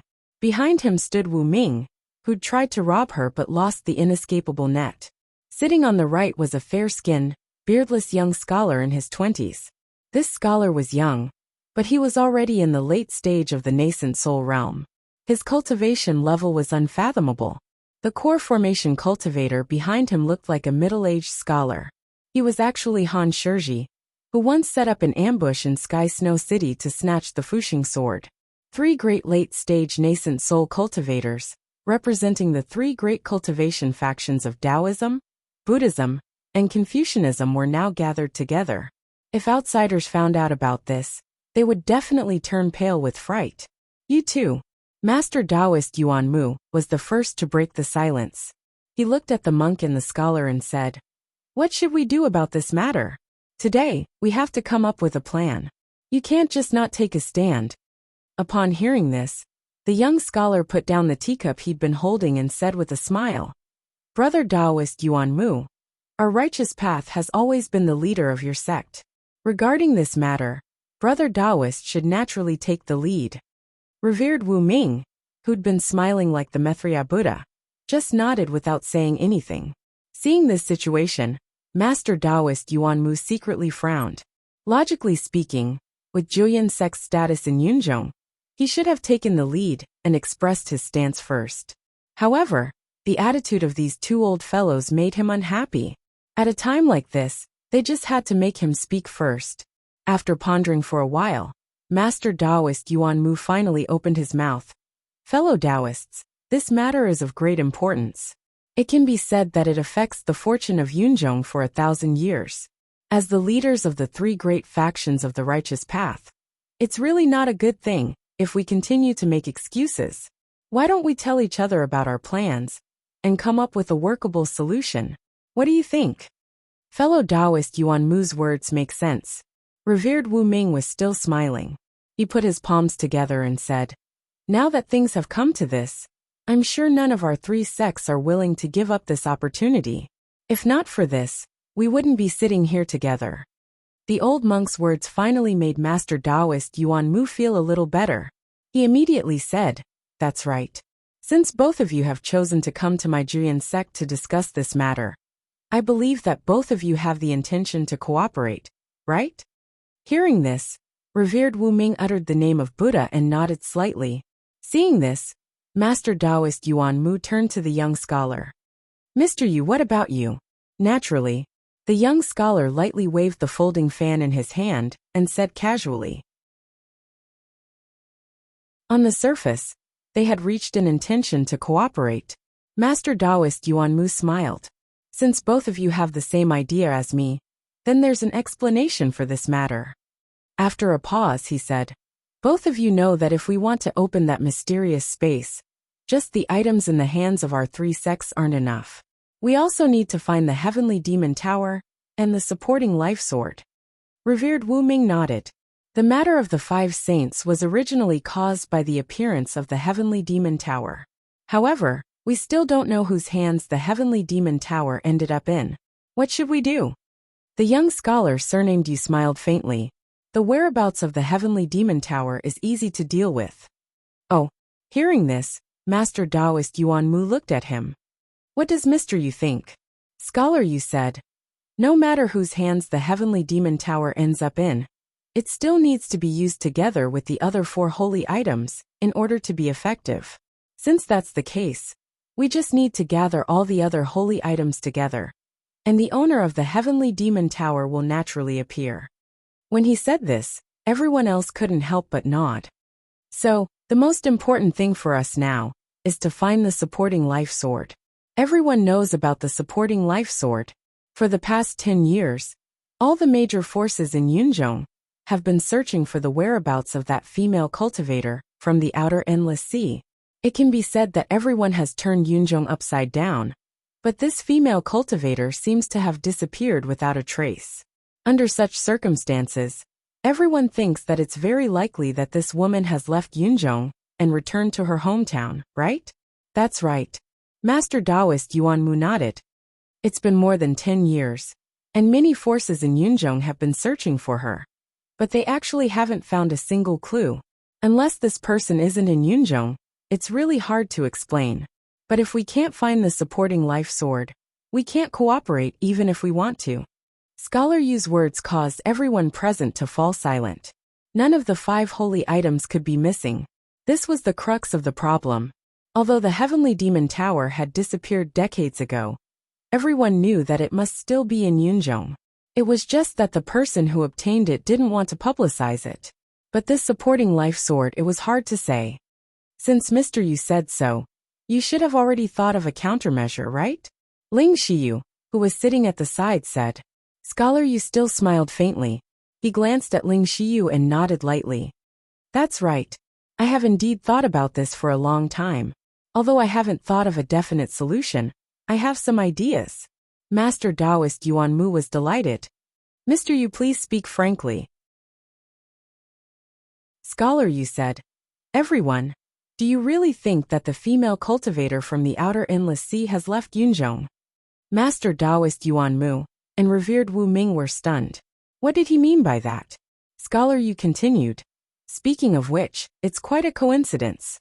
The juniors of our 3 sects have all seen this female cultivator with the surname Qin before. but none of us know her true origins. Am I right? Ling Yunhe and the other two involuntarily nodded. There was no need to talk about Ju Wu. He knew the least. Han Shizhi and Ling Yunhe had both conversed with her before, but even Ling Yunhe, who had gone through danger together with them, didn't know this female cultivator's true origins. Cultivators from the Outer Endless Sea. The so-called Outer Endless Sea refers to outside the Inner Endless Sea of Yunzhong. Other than the islands far away in the depths of the sea, we the people of Yunzhong also call Yuan Province and Shaoyang the Outer Endless Sea. When Scholar Yu said this, a thought flashed in Ling Yunhe's mind, and he blurted out, Senior Yu means that this Qin Wei might be from Yuan Province or Shaoyang. Scholar Yu shook his head lightly. Not necessarily, but we can't rule out this possibility. Chapter 441. Emo Tiange opened her eyes, her face full of joy. She looked down at her hands, which were sparkling like jade and surrounded by spiritual aura. They were even richer than before. Fu Yaozi's praise came from the Fuxing sword. Not bad. In just 3 years, you've reached the peak stage of the core formation realm, and your realm is stable. Sure enough, your aptitude is extraordinary. Emo Tiange withdrew her spiritual aura and said, If it weren't for Master's guidance, disciple wouldn't have reached the peak stage so smoothly. Fu Yaozi chuckled, but didn't say anything. This wasn't a compliment. If it weren't for his guidance, with Emo Tiange's aptitude, it would have been almost impossible for her to advance so smoothly, even though it wouldn't have been a problem. During this advancement, she didn't waste any spiritual power or medicinal pills. With Fu Yaozi's experience and vision, he did the right thing at the right time, and achieved the best result. Master, since I've reached the peak stage of the core formation realm, should we go to the Sea of Returning Ruins next? There's no hurry, Fu Yaozi said. Before going to the Sea of Returning Ruins, you must prepare something that can restrain devil aura. Huh. Emo Tiange was stunned and puzzled. Why? Fu Yaozi said. For some reason, there's a very powerful devil aura in that wonderful place. If you don't have something that can restrain devil aura, you'll inevitably be in a mess. I see. Emo Tiange thought for a moment, then took out the lotus scarlet umbrella from her Qingkuan bag. Master, what do you think of this? The divine sense from the Fuxing sword flew out and circled around the lotus scarlet umbrella. Fu Yaozi said, This thing has a miraculous effect in isolating devil aura. However, in my opinion, the best magic weapon you have to restrain devil aura is your natal magic weapon. Natal magic weapon, Heaven and Earth Fan? Emo Tiange was puzzled. Master, disciple's Heaven and Earth Fan isn't special. That's because you're not knowledgeable enough, Fu Yaozi said gently. I can see that the bones of your fan are obviously made of the bones of divine beasts. Divine beasts are born with the ability to restrain devil aura, so it's best to use it to deal with devil cultivators. Emo Tiange was dumbfounded. She suddenly recalled the encounter she had in Descending Star City several decades ago. At that time, Mei Feng, the city lord of Descending Star City, was chasing after her, but she didn't know why she was seriously injured. At that time, she was indeed using the Heaven and Earth Fan to defend herself. In that case, it was actually the dragon bone on the Heaven and Earth Fan that played a role. Then, she remembered where the dragon bones came from. This thing was something she obtained from the divine dragon sacrificial temple when she was still in the foundation building realm. In that sacrificial temple, there was also a strange stone tablet that allowed Ren Yufeng to cultivate his dead aura.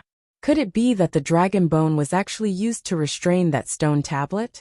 Then, she associated City Lord Mei's devil aura with the so-called cultivation technique on the stone tablet. According to her conjecture, City Lord Mei should have obtained a stone tablet from the Black Tortoise Sacrificial Temple that also contained devil aura. She had a faint conjecture in her heart. However, she couldn't confirm this conjecture at the moment. But she might be able to verify it if there was an opportunity in the future. I do have a few tricks up my sleeves when it comes to dealing with demonic cultivators. With these 2 magic treasures of yours, it should be enough. However, you still need to prepare some things. Yes, Master. Emo Tiange wasn't surprised by Fu Yaozi's words. He fought alone against 10 devil monarchs without falling into a disadvantageous position, and even forced them to retreat. This master of hers obviously had some kind of unique secret technique to deal with devil cultivators. In addition, the Fuxing sword he possessed was obviously corroded by the devil aura, but he didn't care about it at all. Obviously, the devil aura didn't affect him at all. Following Fu Yaozi's instructions, Mo Tiange left the Western continent several days later. Fu Yaozi's unique secret technique sounded simple. It was nothing more than a set of spells and some things to restrain devils. However, it was precisely because it was simple that Mo Tiange felt it was more powerful than any other method. After all, in a fight of magical powers above the core formation realm, the situation could change in an instant. If it was too complicated, she might as well not use it. However, in this case, she had to prepare even more things. Cloud Wing City was one of the cultivation cities in eastern Tang country. In terms of scale, it wasn't the largest, and in terms of population, it also wasn't the one with the highest population. However, it was undoubtedly the most prosperous one. The reason for this was none other than the fact that it was a city adjacent to the capital of eastern Tang country. It wasn't under the jurisdiction of any cultivation group, and it also had a strong transportation advantage like the capital. Thus, it became the cultivation city with the most transactions. After leaving the Western continent, Mo Tiange, still in the appearance of a young scholar, arrived at Cloud Wing City. Although no one knew Yi Xiaotian was Qin Wei these past few years, with her cautious personality, she still chose Cloud Wing City, a city that didn't belong to any force, to buy what she needed. She had come to this Cloud Wing City several years ago when she was traveling around various countries, so she didn't need a guide, nor did she need to ask a broker. She was already familiar with the way, and found the biggest shop in the city. Although this city wasn't under the jurisdiction of any cultivation group, Jingshu School, one of the 5 great cultivation groups in eastern Tang country, happened to be near the capital. Because of this, Jingshu School had a lot of disciples in Cloud Wing City, and its shops were also very big. For example, the shop Mo Tiange chose was opened by Jingshu School. "Welcome, senior." As soon as she stepped into the shop, a woman greeted her enthusiastically. Because of the founder of Jingshu School, they accepted a lot of female disciples. Therefore, most of the customers in this shop were women. Women were naturally attentive, so they were even more attentive when greeting customers. Because of this, Jingshu School's shop had always been very popular. It was almost always packed with people. However, Mo Tiange was a core formation cultivator, so she didn't need to squeeze with these people. She was directly invited to a private room upstairs, and was received by a cultivator with a higher level. When she saw the female foundation building cultivator, Mo Tiange didn't say anything unnecessary. She directly took out a jade slip from her robe, and threw it on the table. "I wonder if your shop has these materials?" The female cultivator took the jade slip, and used her divine sense to study it. She then smiled and said, "Senior, we have most of these materials in our shop, so we can directly prepare them for you. As for a small portion that's relatively rare, if you trust us, Junior can also prepare them for you in 1 or 2 days." Mo Tiange nodded. Among these materials, some were relatively rare. If it was an ordinary shop, they most likely wouldn't have them. The fact that Jingshu School needed 1 or 2 days to prepare them was already considered very good. She didn't feel like asking shop by shop. Since the other party said they could directly prepare them for her, it saved her a lot of effort. "That being the case, you can prepare them for me." Once she finished speaking, she took out a Qinquan bag from her robe and threw it on the table. "Does your shop accept these things?" The things inside the bag were all kinds of materials she'd accumulated over the years.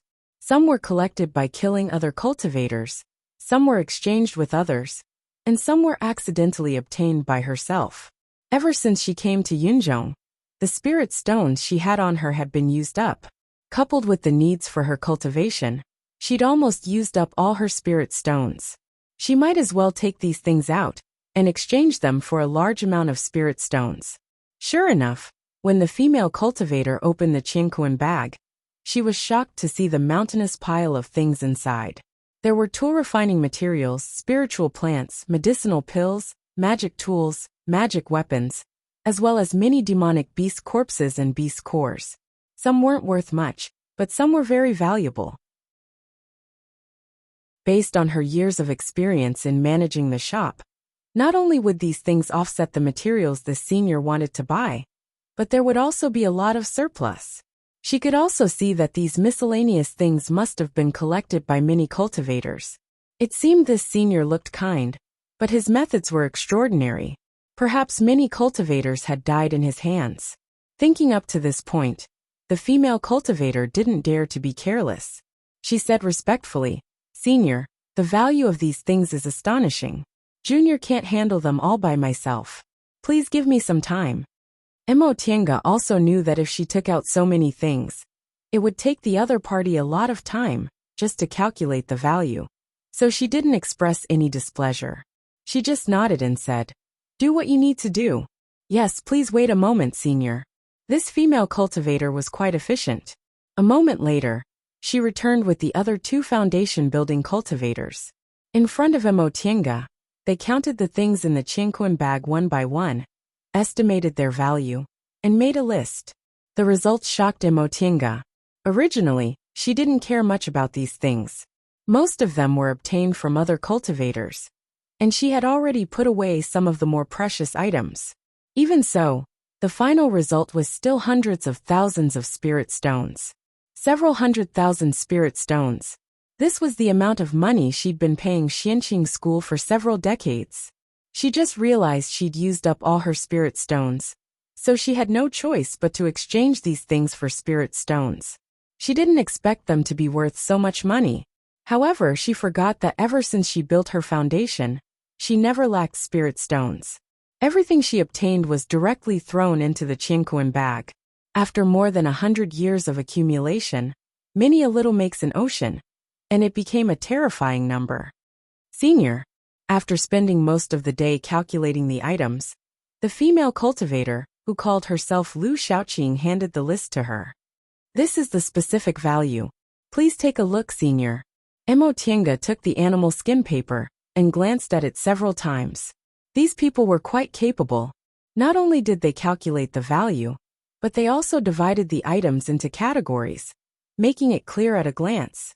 Among the items, there were valuable demonic beast corpses, beast cores, magic weapons, and so on. Their prices were slightly lower than the market price, but this was how shops received things, so the price given by Jingshu Pavilion could be considered fair. She handed the animal skin paper back and said, "That's it." Seeing that she didn't have any objections, these foundation building cultivators heaved sighs of relief. They glanced at each other, but Lu Xiaoqing said, "Senior, to be honest, the value of these things is too high.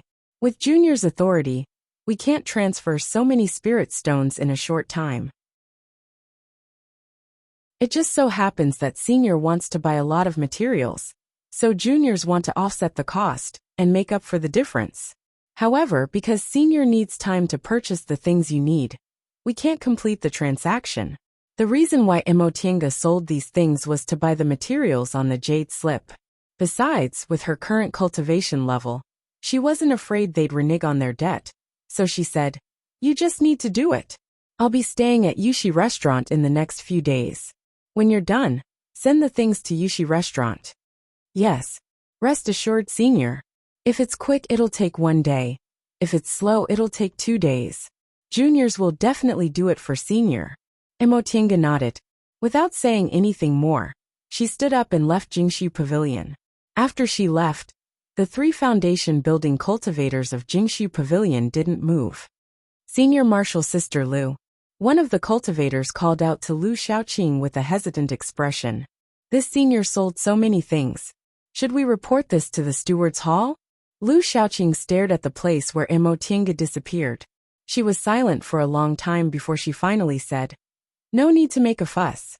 This senior has an extraordinary bearing, so he's probably a disciple of a big cultivation group. If there's something wrong with his background, he wouldn't sell them to us so casually. Besides, judging from the things he took out, not only is his cultivation level profound, but his methods are also extraordinary. We have to do our best. Yes. Lu Xiaoqing had a lot of prestige. After she said that, the other two foundation building cultivators didn't have the slightest objection. Right after the three of them said that, another high-level cultivator appeared at the top of the stairs. His formidable spiritual aura pressure made the three of them shift their gazes in an instant. Martial Uncle Lu, the aura-refining disciple who led the guests, called out timidly, "This senior." Although Lu Xiaoqing's cultivation level wasn't high, she'd been taking care of the sex stores for a long time, so her experience was extraordinary. With a single glance, she could tell that the cultivator who just appeared was a nascent soul cultivator. She promptly went to greet him. "Senior, welcome to Jingshu Pavilion." Chapter 442. The appearance of a nascent soul cultivator made the second floor of Jingshu Pavilion quiet down all of a sudden. Even the customers who were previously talking in low voices stopped talking at the same time. Intentionally or unintentionally, their gazes landed on the new nascent soul cultivator. Although there were many nascent soul cultivators in Yunzhong, they weren't people they could casually meet. 8 or 9 out of 10 cultivators below the core formation realm had never seen a nascent soul cultivator in their entire lives. The nascent soul senior in front of them looked to be about 30 years old. He had a handsome face and a heroic spirit. However, although he looked young, his pitch-black hair was mixed with a few strands of white hair, adding a bit of vicissitudes to his appearance. But it was also because of this that his originally outstanding demeanor carried a sense of tiredness and loneliness, which attracted the gazes of others even more. "Senior, it's our honor to have you here at Jingshu Pavilion. Junior is Jingshu Pavilion's shopkeeper, Lu Xiaoqing. What can I do for Senior?" Looking at this senior, Lu Xiaoqing's heart couldn't help but skip a beat. She had seen countless people, and had seen many more handsome men in the cultivation world. But she had never seen such a figure. However, she didn't forget that this was a nascent soul senior. She immediately restrained her thoughts, and respectfully invited him to a private room. The screen around the private room isolated them from other people's gazes. The other two foundation building cultivators had already taken away the goods they just traded. Lu Xiaoqing stood respectfully to the side, waiting for instructions. Cough cough. The nascent soul cultivator covered his mouth and coughed twice before speaking. "Do you have any medicinal pills for healing injuries in your shop?" Lu Xiaoqing was stunned, but she suddenly understood. This senior looked young, but he had white hair. As it turned out, he was injured. Although she had such guesses in her heart, she still answered respectfully, "Senior, our shop indeed has several medicinal pills for healing injuries. However, Senior's cultivation level is at the nascent soul realm. Even if we have some inherited spiritual pills, they might be of no use to Senior." The nascent soul cultivator nodded. He didn't seem surprised. He threw a jade slip and said, "Since that's the case, take a look and see if we have these materials." "Yes." Lu Xiaoqing picked up the jade slip and carefully read it. She then smiled and said, "What a coincidence. If Senior had come earlier, we really wouldn't have some things. Coincidentally, a cultivator just sold us a lot of materials, among which were the spiritual plants and monster cores that Senior needed." Really? This coincidence caused the nascent soul cultivator's eyebrows to arch up. However, that was all. He calmly asked, "Is the age enough?" "Our shop's appraiser has seen it. It should meet Senior's requirements." Lu Xiaoqing paused and asked, "Junior will go get it now and show it to Senior." The nascent soul cultivator nodded. He silently sipped his tea and coughed from time to time, not sparing her a single glance. Lu Xiaoqing did not dare to be negligent. She immediately returned to the counter and gave a few instructions to the building foundation stage cultivator, who was sorting the items. Soon, she came back with a few spiritual herbs and demon cores. "Senior, please take a look." Opening the jade box, there were 5th rank and 6th rank monster cores. Apart from the relatively rare species, they weren't considered rare. There were also a few stalks of spirit grass that made his eyes light up. In the past few days, he had traveled to almost all the big cities in the northern part of eastern Tang. But he still hadn't found these spiritual herbs. Some people hadn't even heard of them, while some people knew about them, but they said these spiritual herbs were rarely produced in the clouds. He had almost given up hope and looked for another spiritual herb. However, he had never expected that he would find it in Cloudwing City. Lu Xiaoqing observed his expression. At this moment, she was certain that if there were no accidents, this transaction could be considered a success. She couldn't help but smile. Today's luck was really good. Although she spent hundreds of thousands of spirit stones, the items she bought were extremely valuable, and she also made 2 big deals. The things that Senior Yi and this senior wanted were all worth tens of thousands of spirit stones. Yes, I'll take all of these.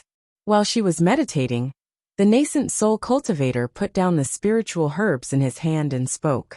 Lu Xiaoqing smiled and bowed, saying, "Then, Junior will put them away for Senior?" The nascent soul cultivator nodded and said, "How much are they worth?" Lu Xiaoqing quickly put away the spiritual herbs and demon cores in front of her, pasted talismans to prevent the loss of spiritual aura, counted them, and reported the total price. These things, after rounding them up, come to a total of 52,000 spirit stones. If Senior doesn't mind, please wait a moment. Junior will calculate the detailed list. The nascent soul cultivator said, "There's no hurry. Since you're the shopkeeper here, you should be well informed. Can I ask you a few questions?" Since a nascent soul cultivator asked, how could Lu Xiaoqing refuse? She immediately said, "If Senior has something to ask, Junior will tell you everything I know." The cultivator coughed twice, then asked, "Have you heard of the name Yi Xiaotian?" Lu Xiaoqing thought for a moment. "Senior," the nascent soul cultivator continued, "she's a female core formation cultivator. She should be in the late stage already." He paused for a moment, then added, "Maybe she's already formed her nascent soul. She's young, in her 20s, very beautiful." Speaking up to this point, the cultivator stopped talking with a slightly hesitant expression on his face. These descriptions really couldn't be considered characteristics. Among female core formation cultivators, many were in their 20s, young and beautiful. However, if he were to talk about their real characteristics, he felt that it wasn't enough. Sure enough, after Lu Xiaoqing heard this, she was very hesitant. "Senior, what you said is really hard to distinguish. Moreover, should be in the late stage already, and maybe she's already formed her nascent soul, were too vague. Could it be that this senior also didn't know the cultivation level of the person he was looking for?" However, the name Yi Xiaotian did sound a little familiar. She thought carefully for a moment, and a thought flashed through her mind.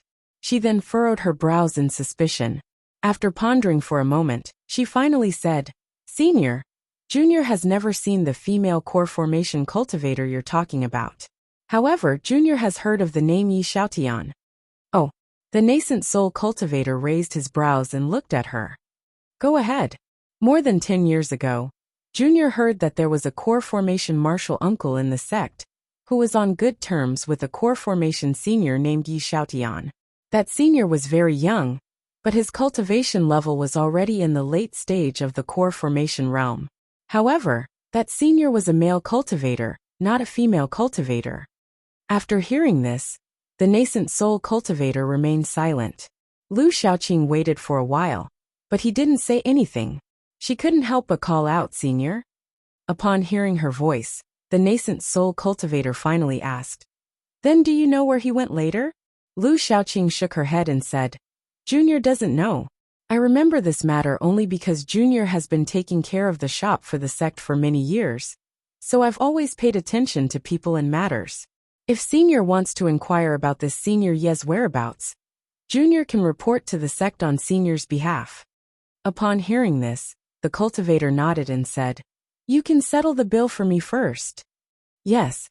Lu Xiaoqing respectfully withdrew from the room. There was no one else in the private room. The nascent soul cultivator pondered for a while, then took out an animal skin parchment from his bosom.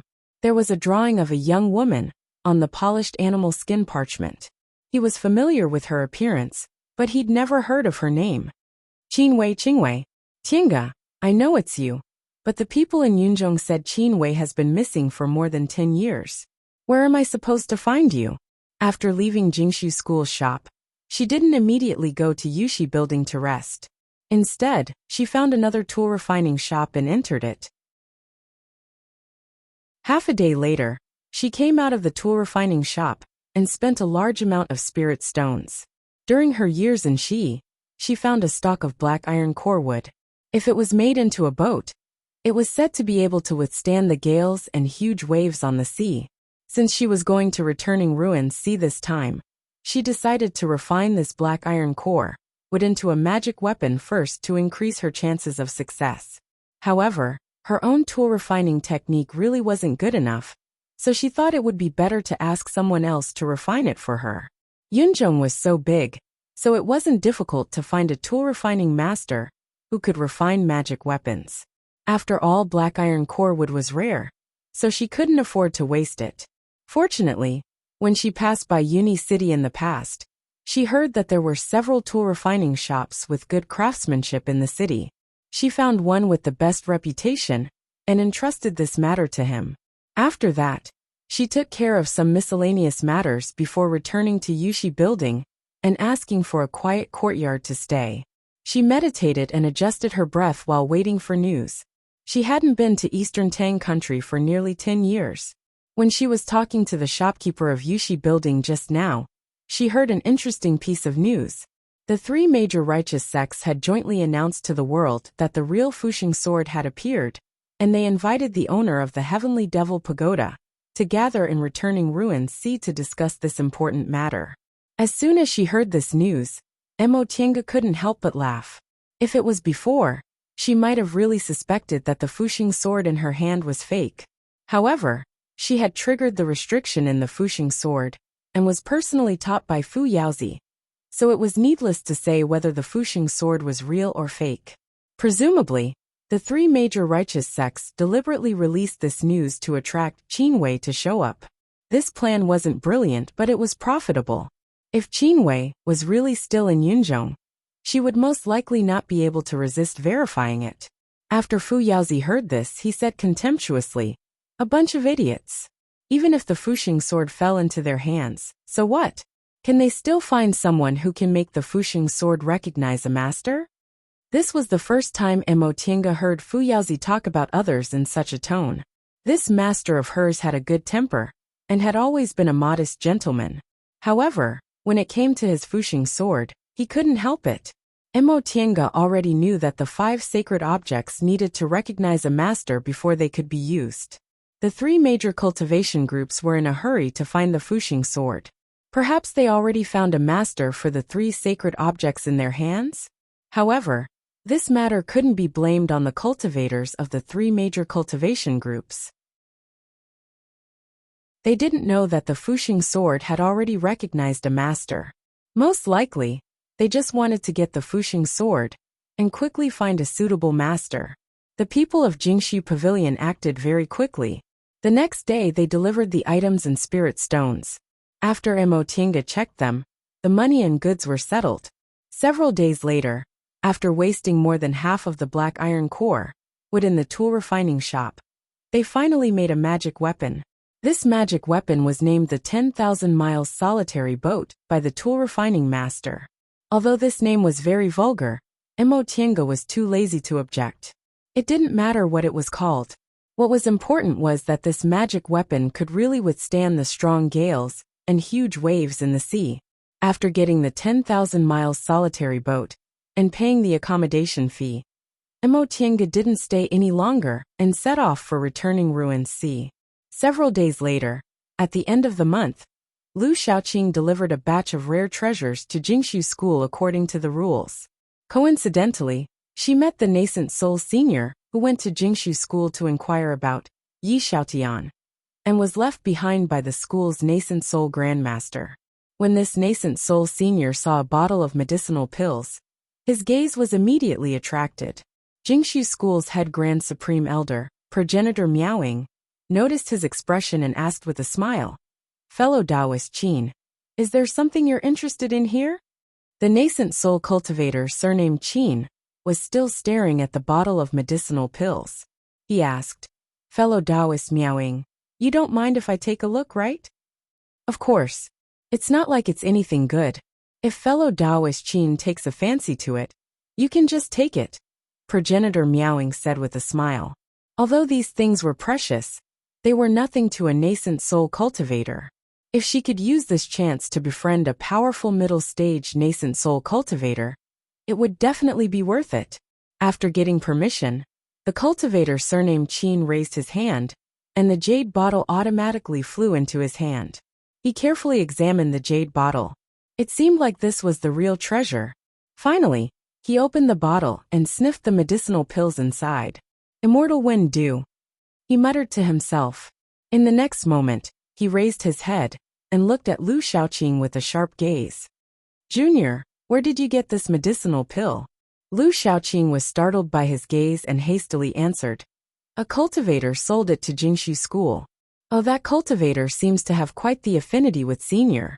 Most of the spiritual herbs and monster cores that Senior wanted were sold to the store by that cultivator.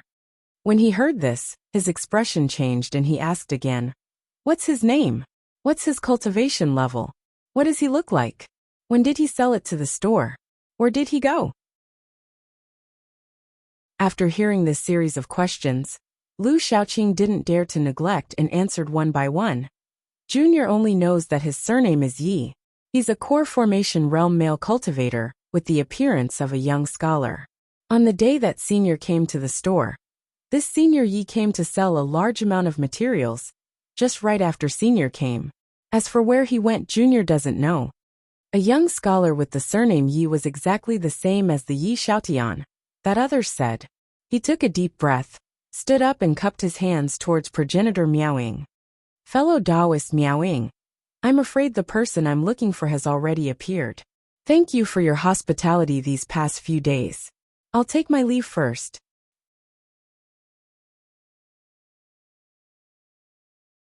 Chapter 443. A month later, on the coast of the Sea of Returning Ruins in the south of Yunzhong, a young scholar stood in the air, looking down at the island under his feet.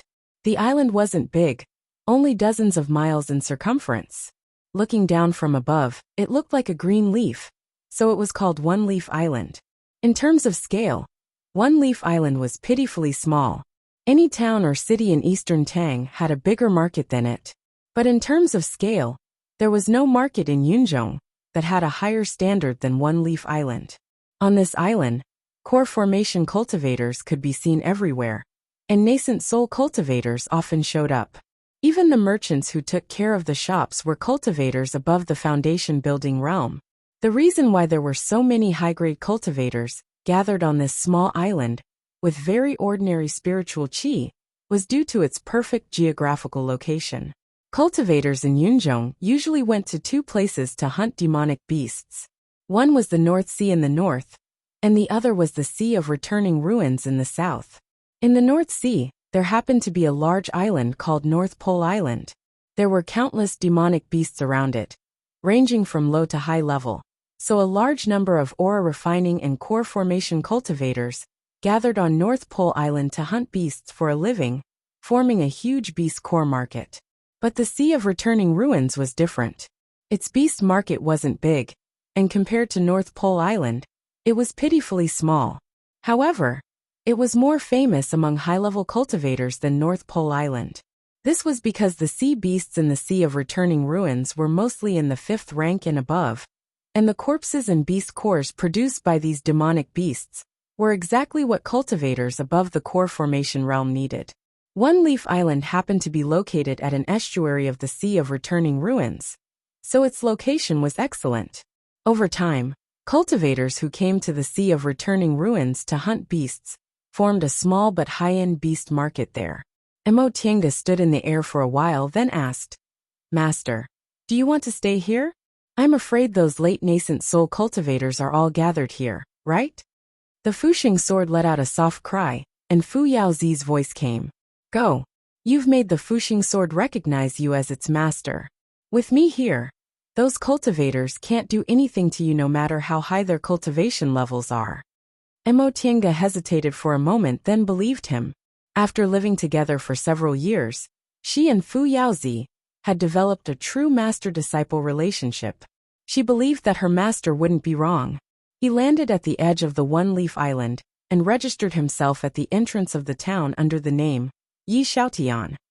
This one-leaf island was indeed worthy of its reputation of having the highest standards. As soon as they entered the town, they saw many core formation cultivators walking back and forth on the streets. Many of them were foundation-building cultivators who were hawking their wares and taking care of the shops. In other cultivator towns, there weren't many aura refining cultivators and mortals. Most of them were just doing odd jobs in the shops. Whether it was in the Celestial Pole or Yunzhong, she had never seen so many high-level cultivators gathered in one place. Moreover, among these high-level cultivators, there were often one or two nascent soul cultivators coming and going. One Leaf Island is still the same as before. Fu Yaozi sighed. Although he was shapeless and only had a wisp of divine sense left, his secret technique was astonishing. He could still sense everything around him. Emotienga smiled and said, "Master seems to be very familiar with One Leaf Island." Fu Yaozi said, "I'm not like you. Without the support of a sect, from the moment I stepped onto the path of immortality to the moment I formed my nascent soul, I've always been a rogue cultivator. The life of an individual cultivator isn't easy. When I was in the aura refining and foundation building realm, I was very down and out. After I formed my gold core, I often came to One Leaf Island to hunt demonic beasts, which made my life a lot better." Upon hearing this, Emotinga couldn't help but nod to show she understood. She had experienced the hardships she and second uncle went through in the past, so she was very touched by what Fu Yaozi said about being down and out. However, thinking about it this way, this master of hers was really amazing. With an incomplete art of the origin and no heaven-defying immortal fate, he grew from a down-and-out low-level cultivator to the #1 cultivator in Yunzhong. She didn't know how many hardships he had to go through to achieve this. "Master, should we go there and rest for a while before going out to sea?" "No," Fu Yaozi said. "You can't go out to sea alone." Emotinga was stunned. "What do you mean, master?" Fu Yaozi chuckled. "That place can only be opened if 5 keys are combined into one. What's the use of going there alone? We'll naturally wait for the others to go together." But Emotinga was full of questions.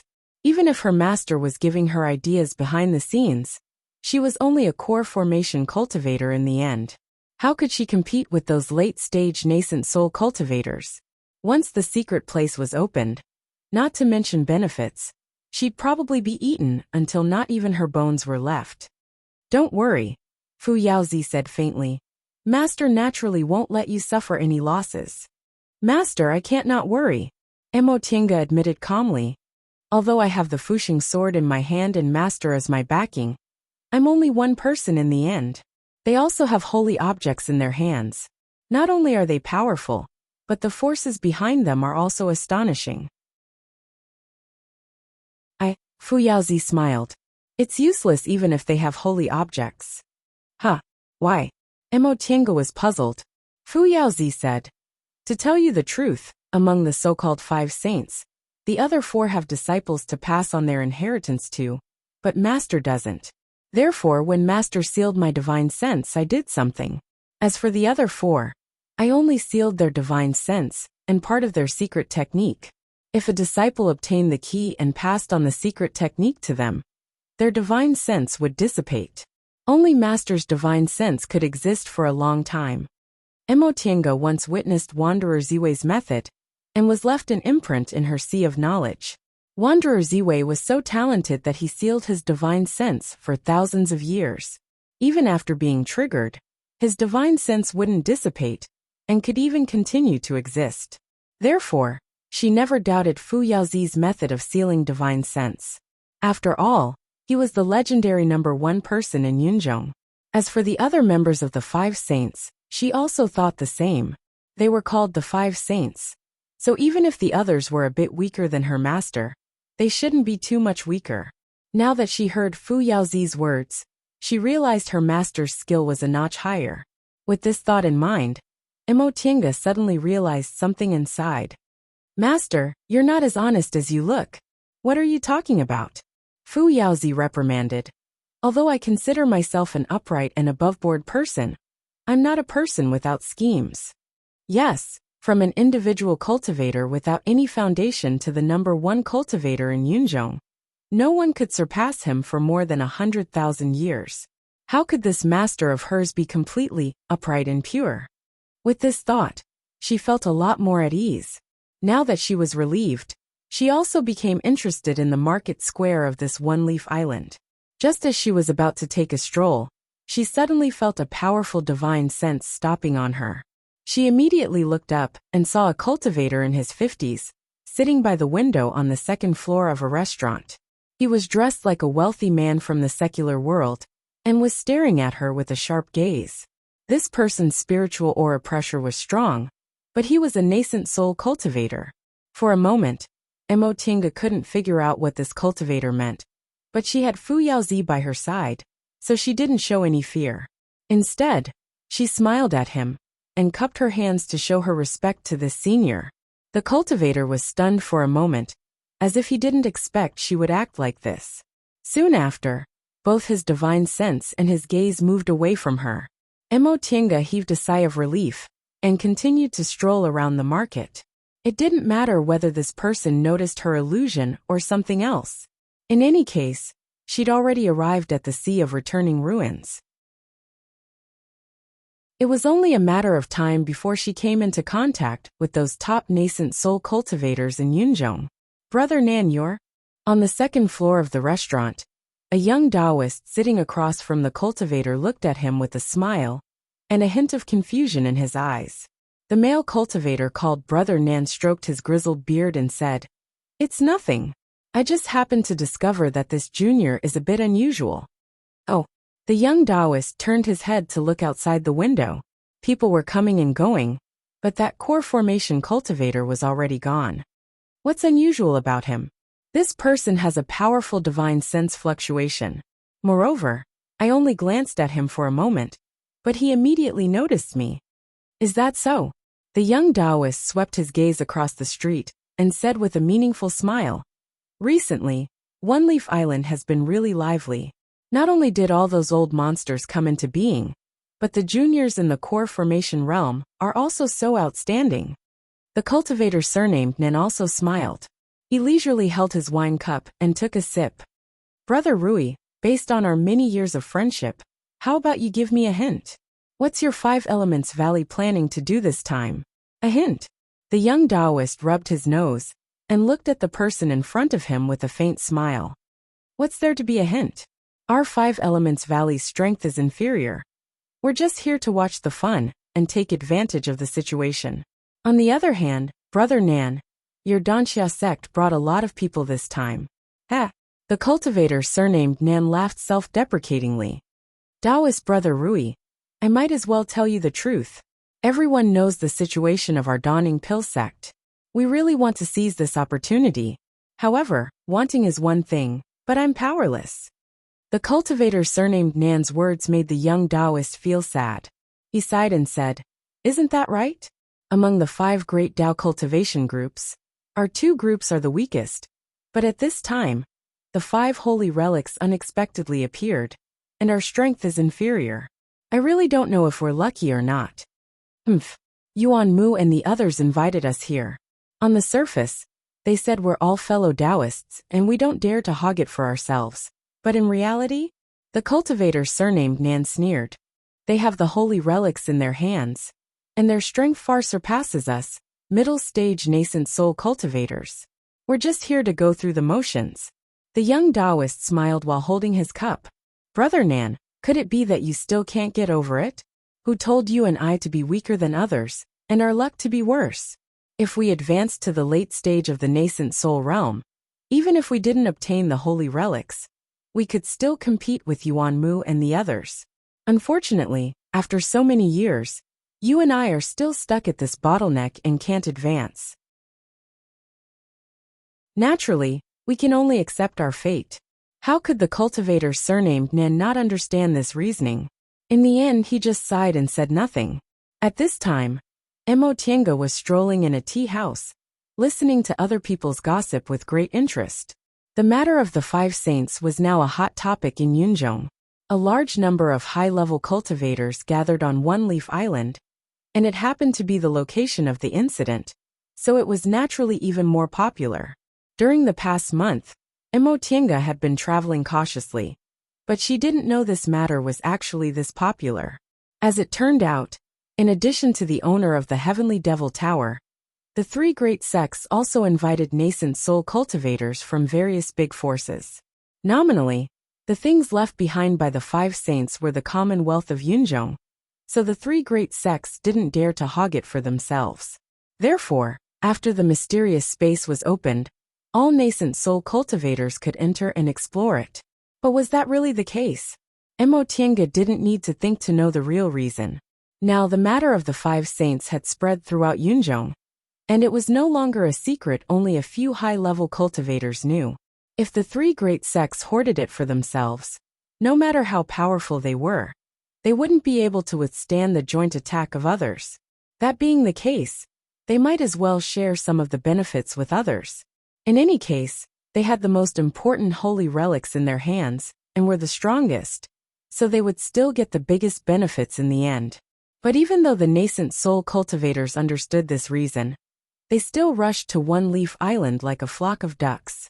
After all, when it came to fated chances, luck played a very important role. Who knew if they'd obtained a great fated chance? Deification. This was a temptation that nascent soul cultivators at the top of the cultivation world couldn't resist. Driven by benefits, they advanced wave after wave.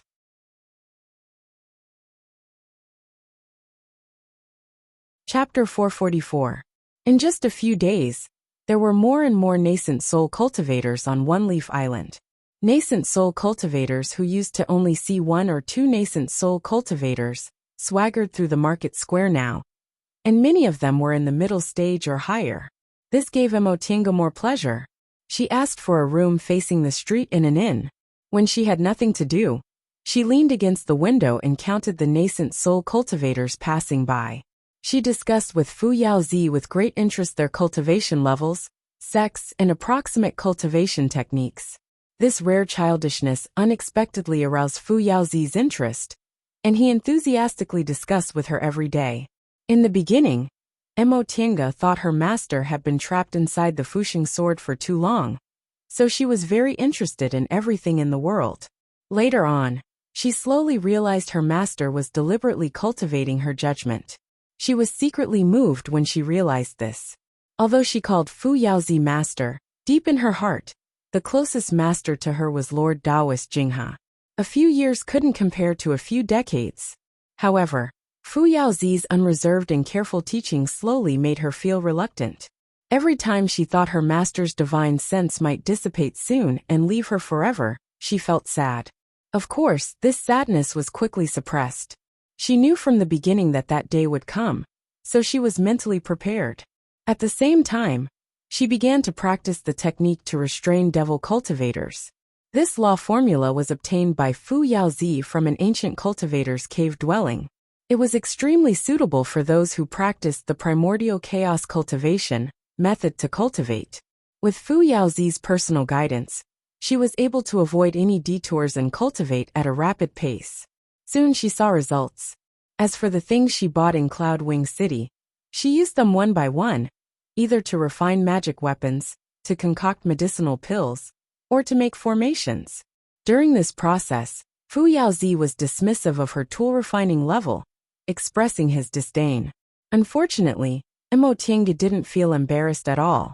She wasn't a genius who was good at everything like Emo Yaoqing, so it was normal for her to have high and low talents in miscellaneous studies.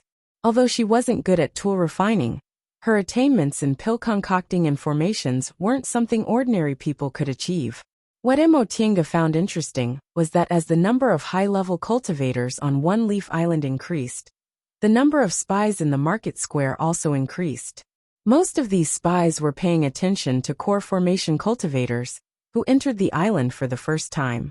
Although they didn't offend them, they were always monitoring them. With Fu Yao by her side, Emotienga had a well-thought-out plan.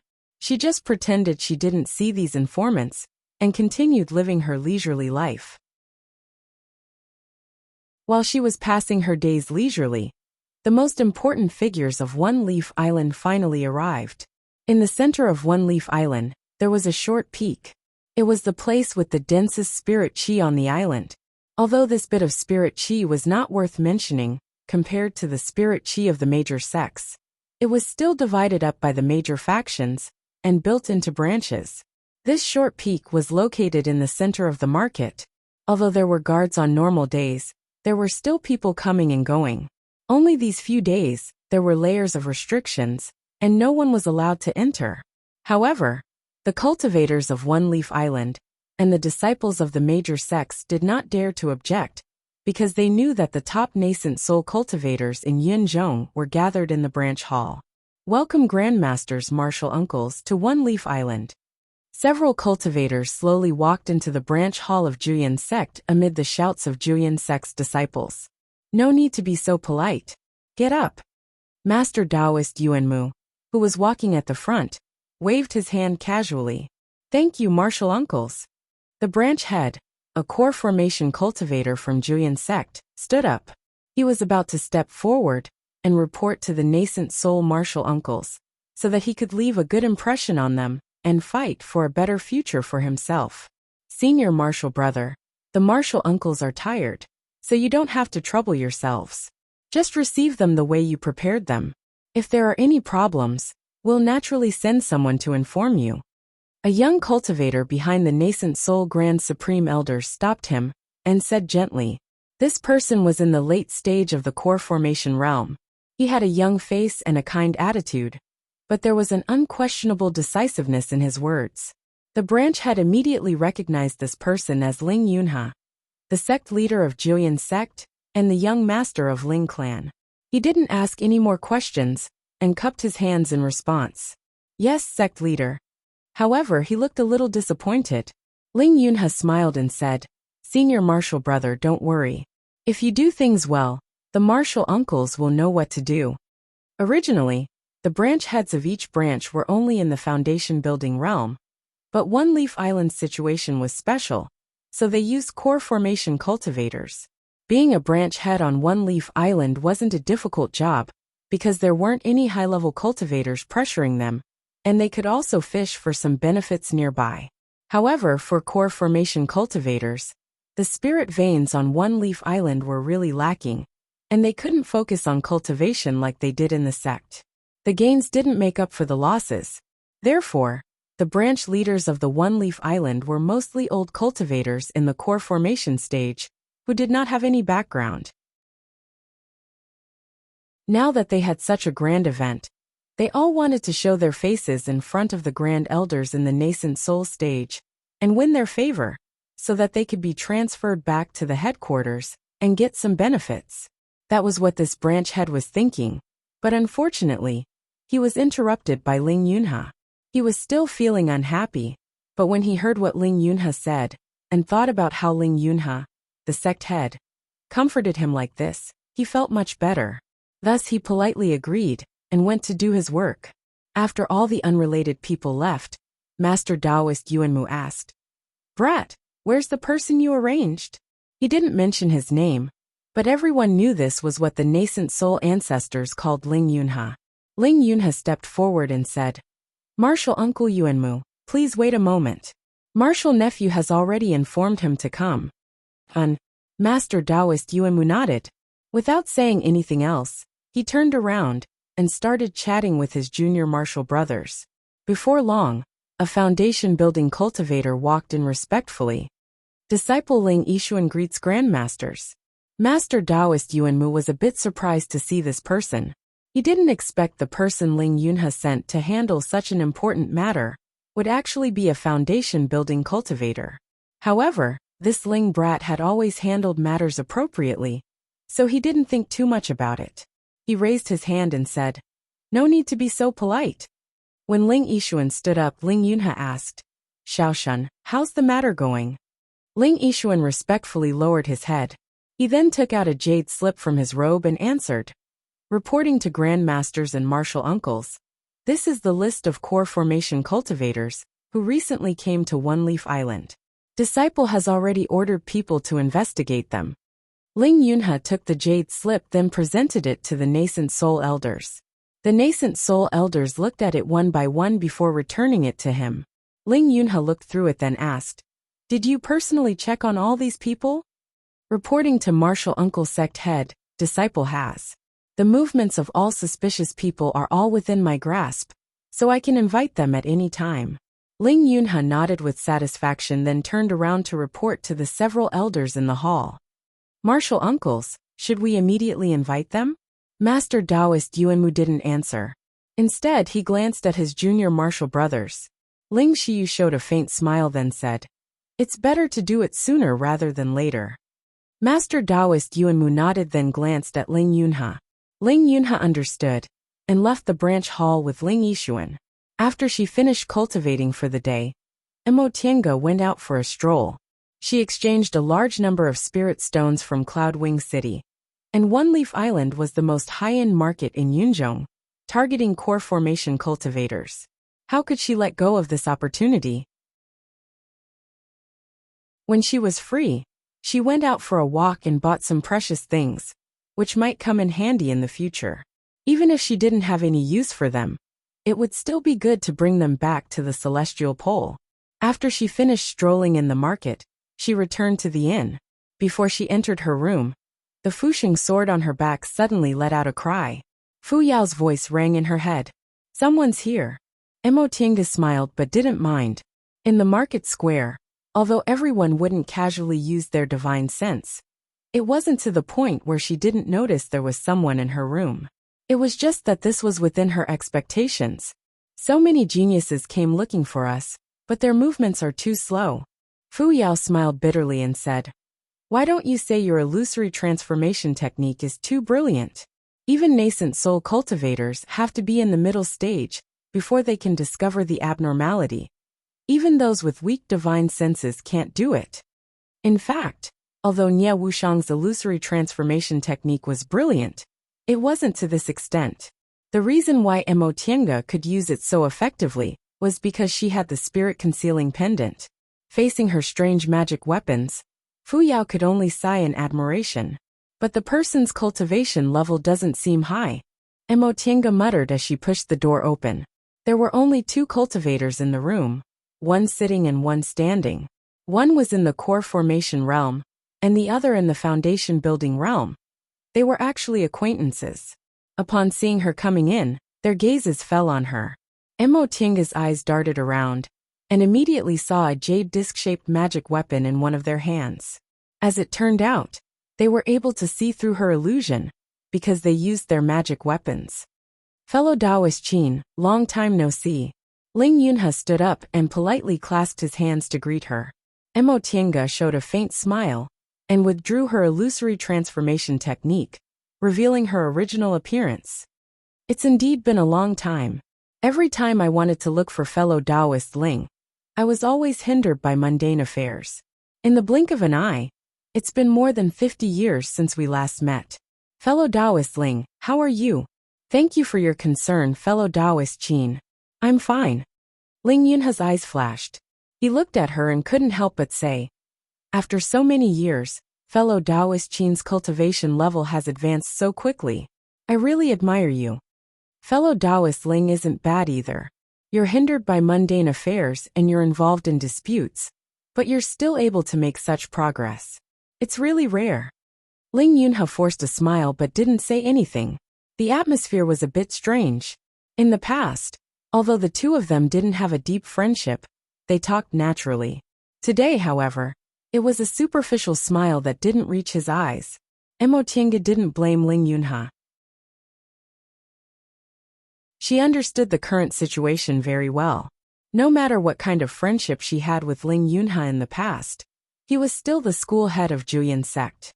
From his standpoint, he had to consider the interests of the sect, even if she had previously saved his life. If the Ling Yunhe in the past was a peer she could befriend, then the Ling Yunhe today was someone she had to deal with. "Xiaoshun, you also came to One Leaf Island. We haven't seen each other for many years. How are you now?" Upon hearing her greeting, Ling Yishuan hastily cupped his hands and bowed. "Thank you for your concern, senior. Xiaoshun is very good." Emotinga smiled but didn't say anything. The three of them were silent for a while. Ling Yunhe finally said, "Fellow Taoist Qin, I have to thank you for helping me with the matter in Carefree Valley." Emotinga waved her hand and said with a smile, "Fellow Taoist Ling has already thanked me. There's no need to thank me again." Ling Yunhe was very serious. He took out a Qianquan bag from his robe and handed it to her. "I'm ashamed that I haven't fulfilled the reward I promised fellow Taoist Qin. I've kept these things with me for a long time. Today, I'll return them to you." Emotinga sighed, took the Qianquan bag, and said, "Fellow Taoist Ling, you don't need to feel guilty. Our positions are different, so there's nothing we can do about it." Ling Yunhe's expression softened a little. How could he not understand this principle? If it were someone else, he wouldn't feel anything at all, but, "Fellow Taoist Qin," he called out with a sigh. He seemed to want to say something, but in the end, he swallowed his words. Then his expression changed. He put on a gentle and refined smile like a mask and said, "As long as you hand over the Fuxing sword, I can guarantee no one will harass you in the future."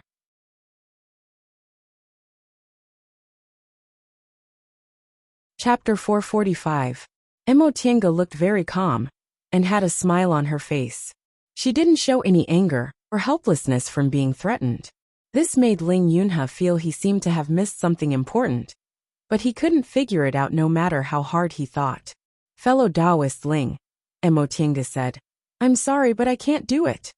Ling Yunhe widened his eyes. Why?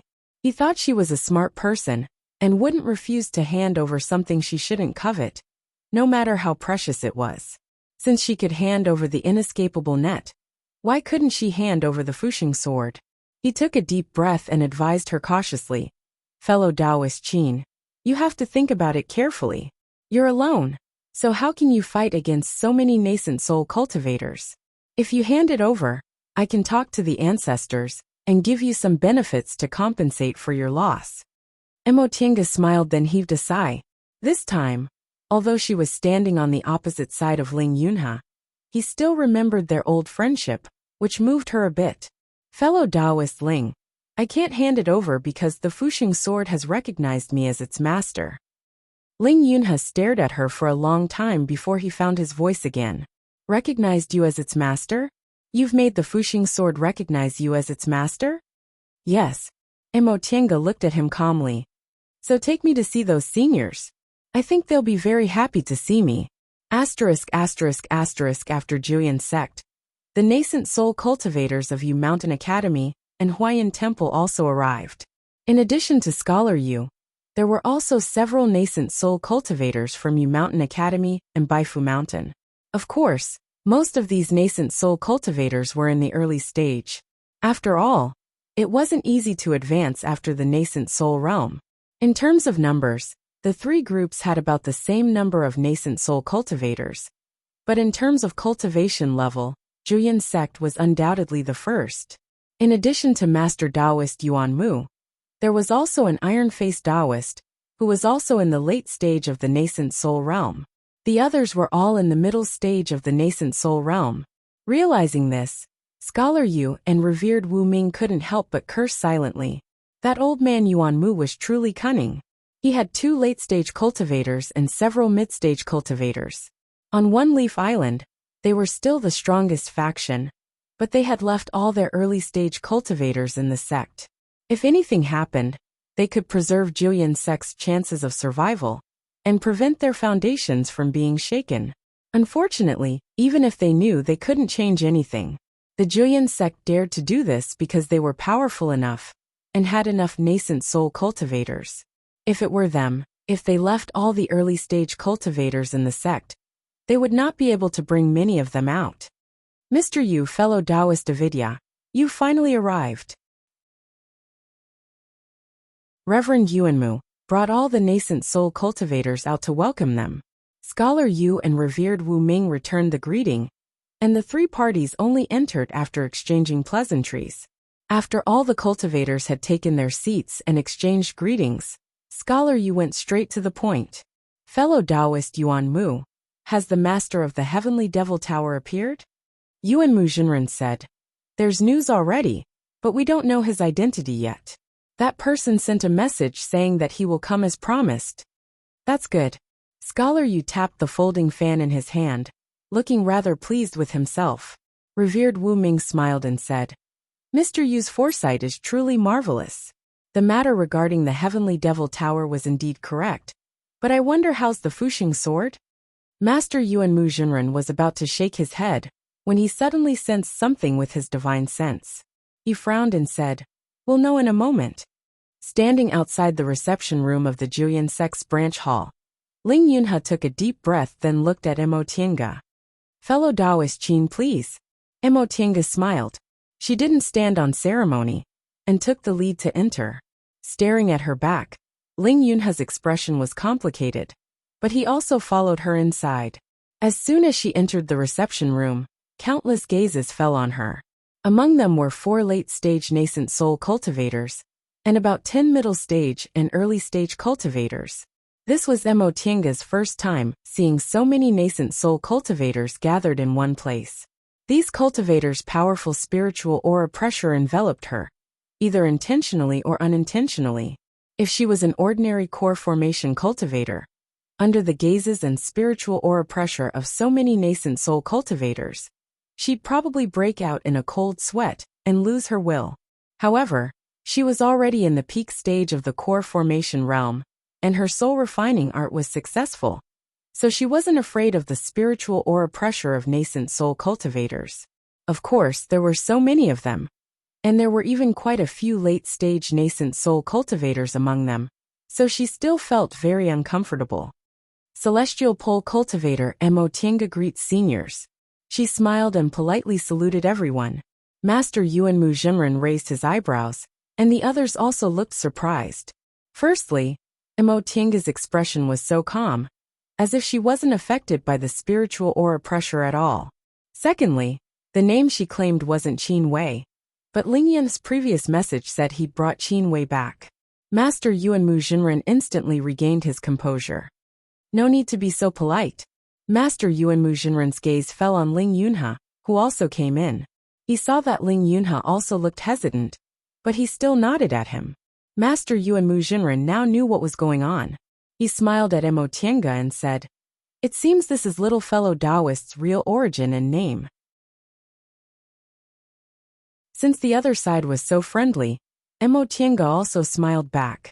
Yes, senior must be Senior Yuan Mu from Juyan Sect? Master Yuan Mu Jinren nodded then pointed at Venerable Avidya on the side. This is Venerable Avidya from Huayan Temple. Little fellow Taoist should have met him before. Mo Tiange nodded then saluted Venerable Avidya. Senior Avidya, long time no see. How have you been? Venerable Avidya still had the expression of a Maitreya Buddha.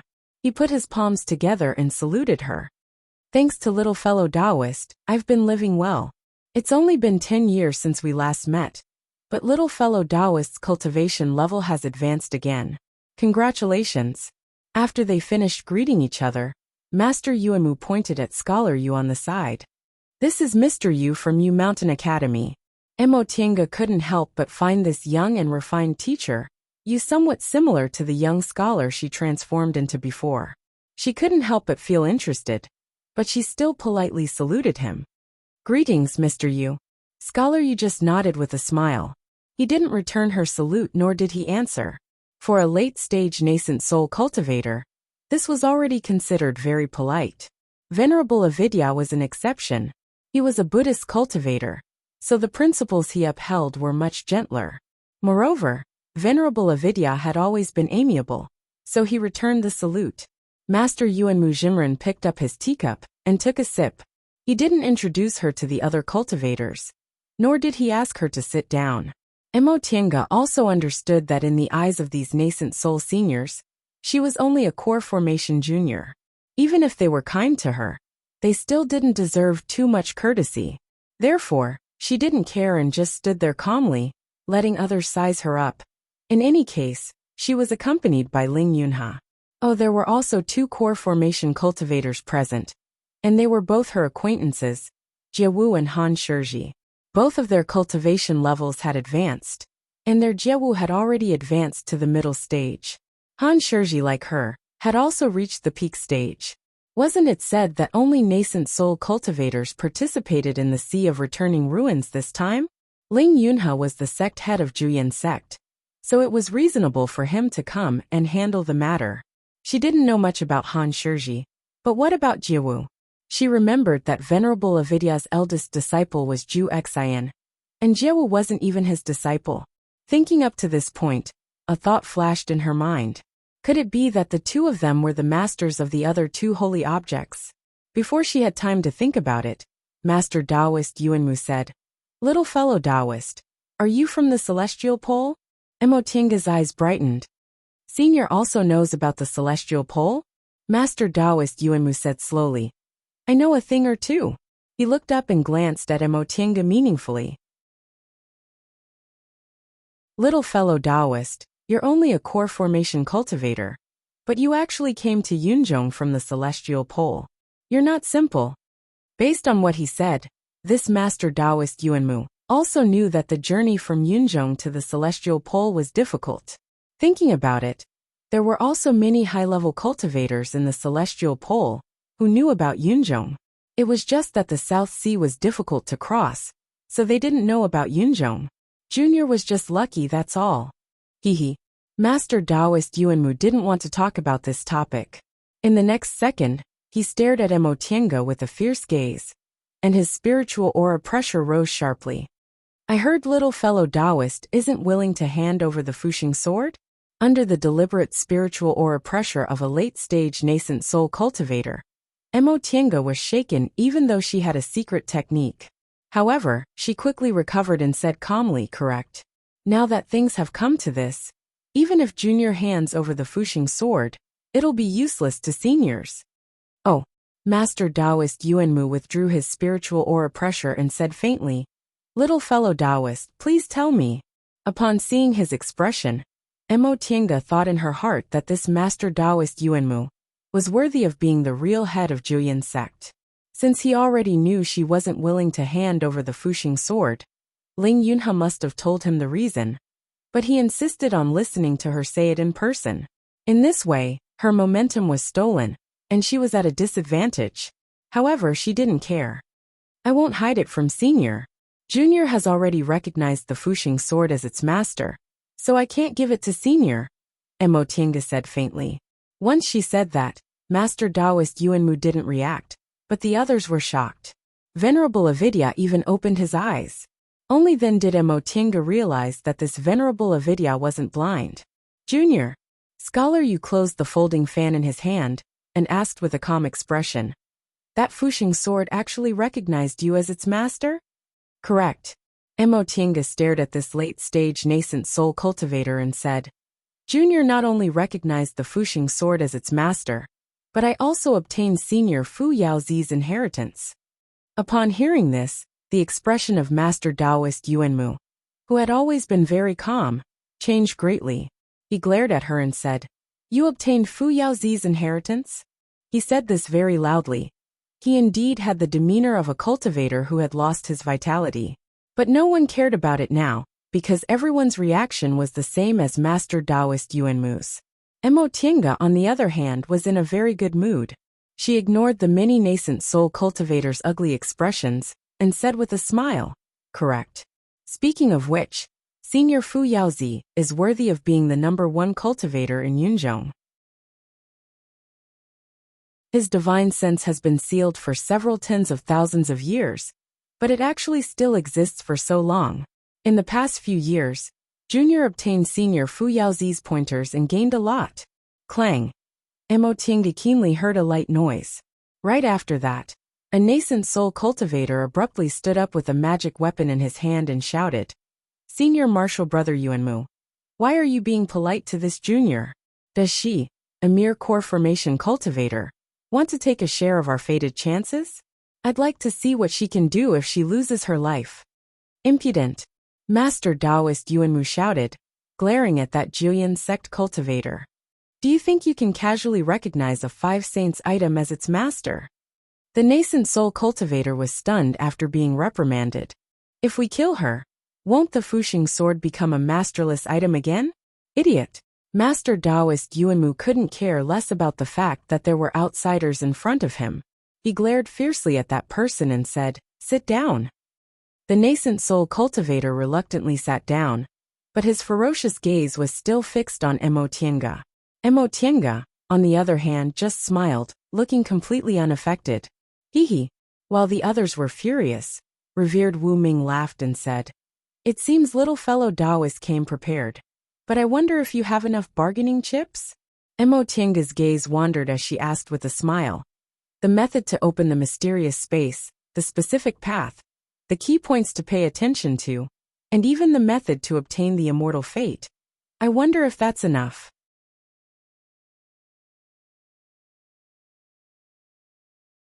Chapter 446. After a long time, Master Taoist Yuanmu took a deep breath and stared at Emotienga seriously.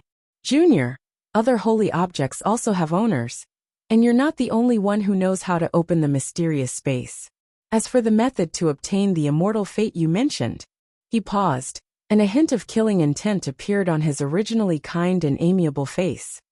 "As long as I search your soul and turn you into a puppet, it won't affect the Fuxing sword's recognition of its master." Emotienga was still smiling and didn't even blink. Junior doesn't dare to say that Senior is wrong. But what Senior wants to know, even if you search my soul, it'll be useless. Master Taoist Yuanmu stared at her. Emotienga didn't say anything and looked calm. In the next moment, the expressions of several nascent soul cultivators suddenly changed. There was a strong fluctuation of divine sense in the air. Scholar Yu held his folding fan and frowned. This divine sense, with his cultivation level in the late stage of the nascent soul realm, it wasn't difficult for him to feel that this divine sense wasn't complete. But the hidden power of wind and thunder was something even he couldn't ignore. This divine sense appeared in a flash, and then slowly disappeared into the sword on Emotienga's back. "Seniors, this is Junior's real bargaining chip." Emotienga cupped her hands at the crowd and said slowly. Maybe it was because her attitude was respectful, at least to save face for these nascent soul cultivators. Or maybe it was because her bargaining chip was so amazing that they had to consider compromising. In the end, these nascent soul cultivators didn't say anything. Even the irascible cultivators who clamored to kill Emotienga were silent. Master Taoist Yuanmu looked to the side. Revered Wu Ming was still smiling with his eyes closed, seemingly not ready to express his opinion. Scholar Yu looked gloomy, but in the end he sighed silently. Master Taoist Yuanmu withdrew his gaze and finally said, "Little fellow Taoist, what do you want? Please speak frankly." His voice was very calm, as if he had accepted this result. Fu Yaozi, the #1 cultivator in Yunzhong, was unrivaled for more than 100,000 years. His existence was already a legend, even though he only had a trace of divine sense left. Even though these people were already in the late stage of the nascent soul realm, they were still afraid of his prestige. Emotienga wasn't surprised by this result. She was just a nobody, but her master Fu Yaozi was a big shot. "Junior only wants what she deserves," she said calmly. "The share you deserve?" Immortal Yuanmu stared at her. "Little fellow Taoist, please speak clearly." Emotienga showed a faint smile and said with a modest expression, "In short, it's equal opportunities." But the next moment, blue veins appeared on Reverend Yuanmu's forehead. He took a deep breath and rubbed his forehead.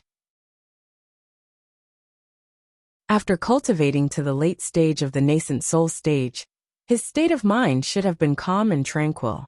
However, today, he was repeatedly angered by a core formation cultivator. "What right do you have to have an equal opportunity?" The one who spoke was Scholar Yu. He stared coldly at Emotienga. "Even if you have Senior Fu Yao's divine sense protecting you, you're still just a core formation cultivator. Even if we agreed, would you dare to believe us?" As long as they found the immortal fate, they could casually wave their hands, and this junior would be reduced to ashes. They were two completely different sides, yet they wanted to have an equal chance? With the Fuxing sword in Junior's hand, Emotienga said faintly. She didn't care about Scholar Yu's attitude at all. These late-stage nascent soul cultivators were used to being high and mighty. How could they tolerate others taking a share from their hands? Especially since she was just a core formation cultivator. In their eyes, she was just a little better than an ant. Little fellow Taoist. Master Taoist Yuan Mu stared at her with a profound gaze, but his tone was flat. I'll give you one more chance. If you obediently listen to me now, after we enter that mysterious space, I'll guarantee your safety, and even accept you as my disciple. What do you think? Emotienga just smiled. Junior appreciates Senior's good intentions. He took another step back, but was once again rejected. Enlightened Master Yuan Mu's expression darkened, and his voice deepened. Don't you think your appetite is too big?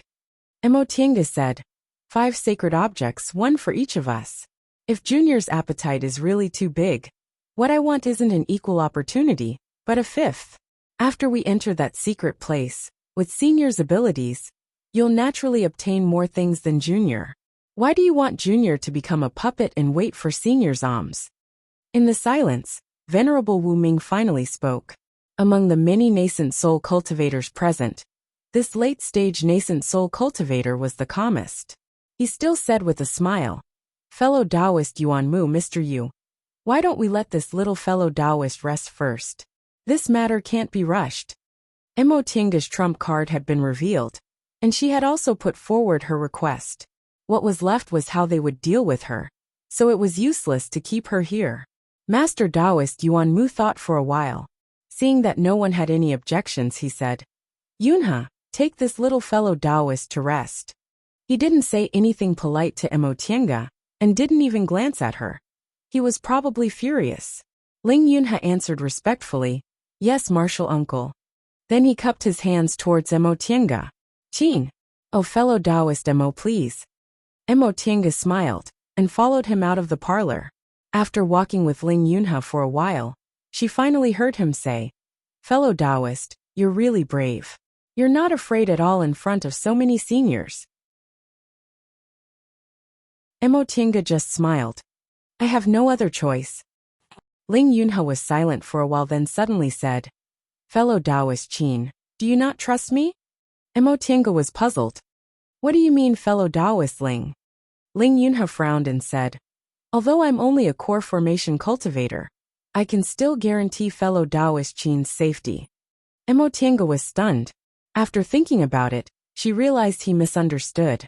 He thought she didn't trust his guarantee, and wanted to deal with the nascent soul cultivators to fight for a chance of survival.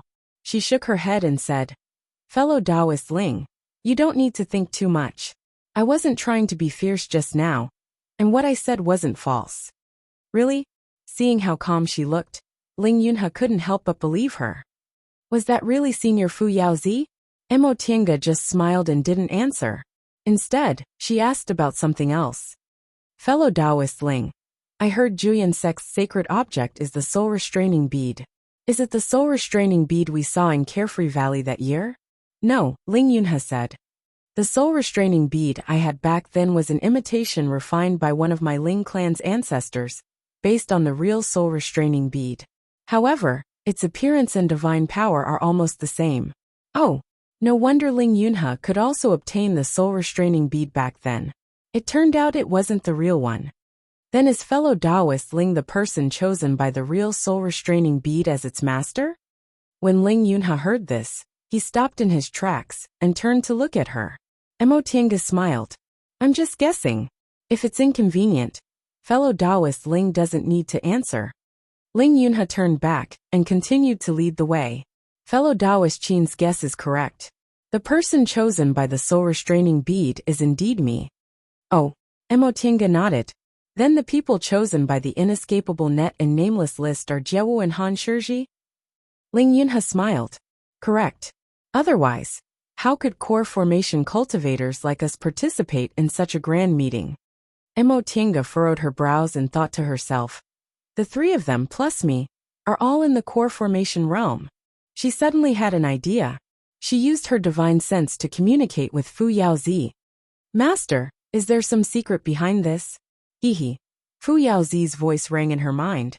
The Fuxing sword recognizing you as its master was a coincidence, and it had little to do with your cultivation level. However, I think the reason why there are only 3 core formation cultivators is because the power of the key isn't enough. Huh? Didn't I already tell you? Their divine sense secret technique isn't as good as mine. Presumably, after being sealed for so many years, their divine senses have gradually faded. If the power of the chosen nascent soul cultivators isn't enough, they can only choose core formation cultivators. So the other holy artifacts can choose whoever they want to recognize as their master. Then they can also change people at will? It's not that simple, Fu Yaozi said. Although the conditions for them to recognize a master aren't as strict as mine, they aren't that casual either. Moreover, because their divine sense secret technique isn't strong enough, their holy artifacts can only recognize a master once. So I'm certain they don't dare to take risks. Mo Tiange understood a little. In short, this master of hers was too scheming. Master, your Fuxing sword needs people with spiritual roots of the origin to recognize it as its master. Spiritual roots of the origin rarely appear in 1,000 years, and because the 4 of them aren't strong enough, they can only recognize a master once. Isn't it too difficult to gather 5 people who can be recognized by the holy artifacts at the same time? Fu Yaozi chuckled. Even if we can't gather all 5, so what? The reason I played these tricks was because I wanted to leave behind an inheritance for myself. Even if the mysterious space in the sea of returning ruins never opens again, what does it have to do with us? Mo Tiange secretly wiped her sweat. In any case, he was only a wisp of divine sense now, and his true body had long advanced to the deification realm, so it really didn't have anything to do with him. As for the other 4 saints, she didn't know where they went. It was nothing more than leaving a fated chance for the younger generation. If they couldn't obtain it in the end, they probably wouldn't care. However, the living nascent soul cultivators certainly wouldn't care. In the living room, the nascent soul cultivators were silent, and all of them had ugly expressions on their faces. After a long time, Ling Xiyu asked, Senior Martial Brother Yuanmu, is there really no other way?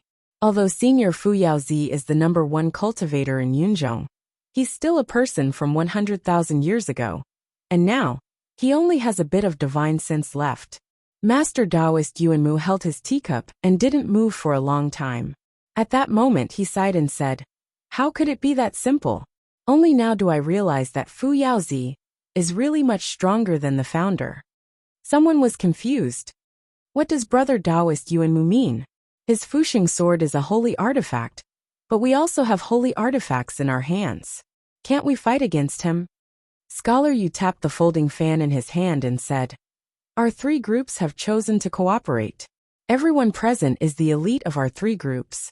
Fellow Taoist Yuanmu, fellow Taoist Davidya, why don't we speak frankly? Master Taoist Davidya nodded with a smile. Fellow Taoists, you can decide. This old monk has no objections. Master Taoist Yuanmu also nodded after thinking for a while. He put down his teacup and glanced at the nascent soul cultivators present. Since that's the case, I'll explain it clearly to everyone. He paused for a moment and said, you probably don't know this, but holy artifacts can only recognize a master once. After that, the divine sense on it will dissipate. Unless the new master also reaches the same cultivation level as senior 5 sages, and seals the holy artifact again, the holy artifact will be no different from an ordinary magic treasure. Ah! Exclamations sounded in the guest hall. This was a secret of the 3 sects, and not all nascent soul cultivators knew about it. Someone shouted, Senior Martial Brother Yuanmu, so you're saying that we must find all 5 holy artifacts, and make them recognize us as masters before the person who recognizes us dies? Master Taoist Yuanmu shook his head. Our holy artifacts haven't recognized us as masters yet. He frowned. I've discussed with fellow Taoist Yuanming and Mr. Yu before. Before we confirm that all the holy artifacts can recognize us as masters, we won't let them recognize us as masters. Otherwise, once a holy artifact fails to recognize us as its master, the secret of the returning ruins, will be sealed forever. Ling Xiyu came to his senses. So, this junior has already made the supporting life sword recognize us as its master. And we're unable to find another master for the supporting life sword? That's right. This is the reason why the 3 of us have our hands tied. Scholar Yu's expression was gloomy. If this junior didn't know this, how could she be so arrogant? Soul searching and making her into a puppet were just methods to scare her. After she was made into a puppet, they weren't sure if the holy artifacts would still be as effective as before. And they wouldn't even consider giving up on such a fortuitous encounter. Furthermore, we're now faced with another problem, revered Master Wu Ming said with a smile. We still can't be sure if the Heavenly Demon Tower has someone who can recognize us as its master. After a moment of silence, someone gritted his teeth. If the secret land of the returning ruins sea can never be opened because of this junior, I'll definitely crush her bones and scatter her ashes.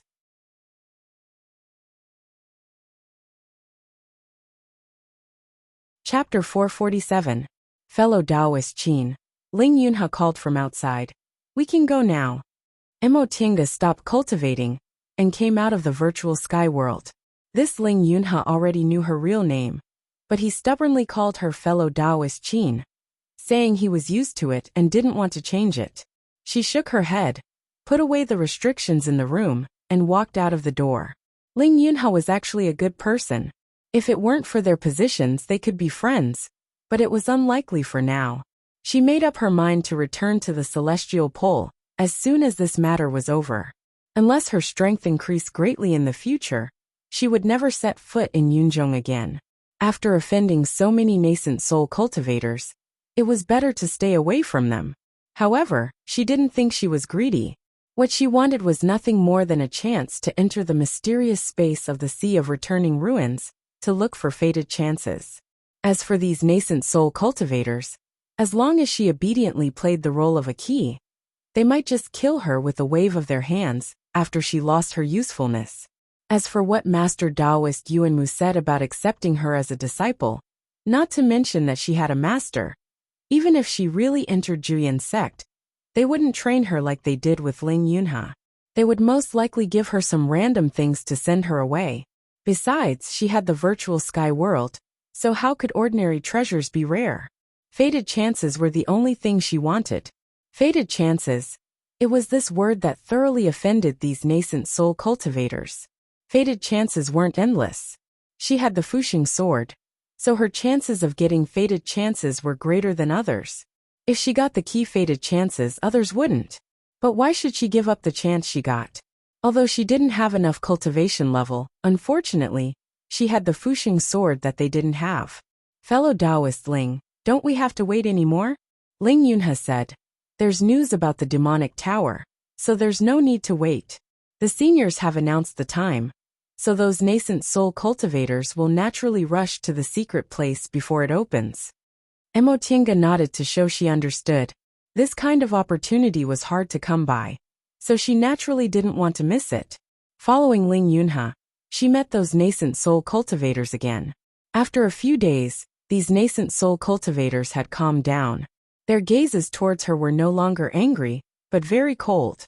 Seeing her coming, Master Taoist Yuanmu said, "Okay, let's go."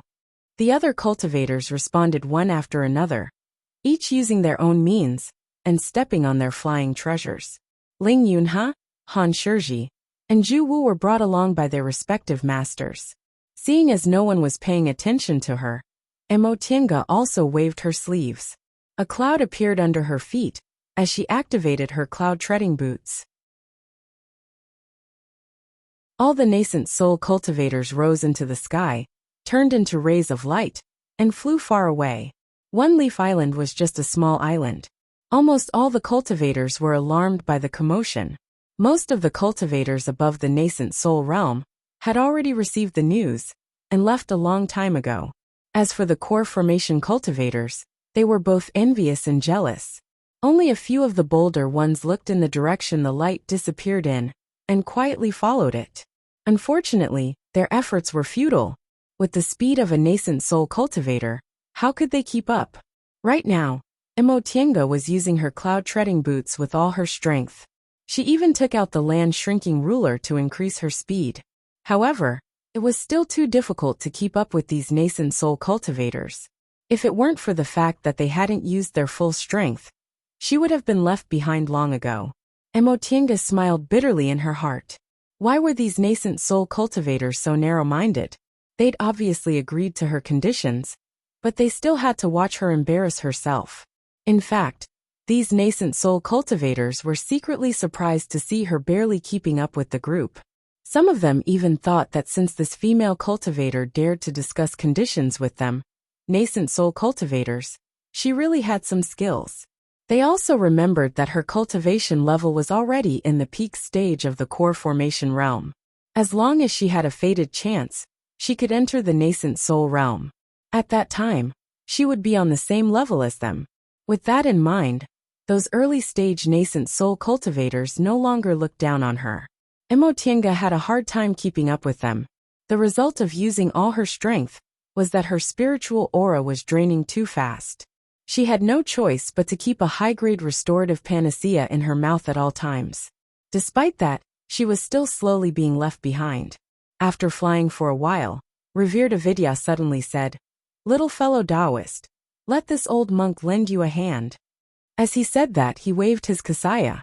A strong aura suddenly approached Emotienga and swept her over. In an instant, she was standing on Revered Avidya's lotus throne.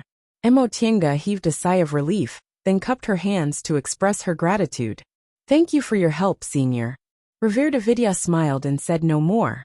He continued to fly forward on his lotus throne.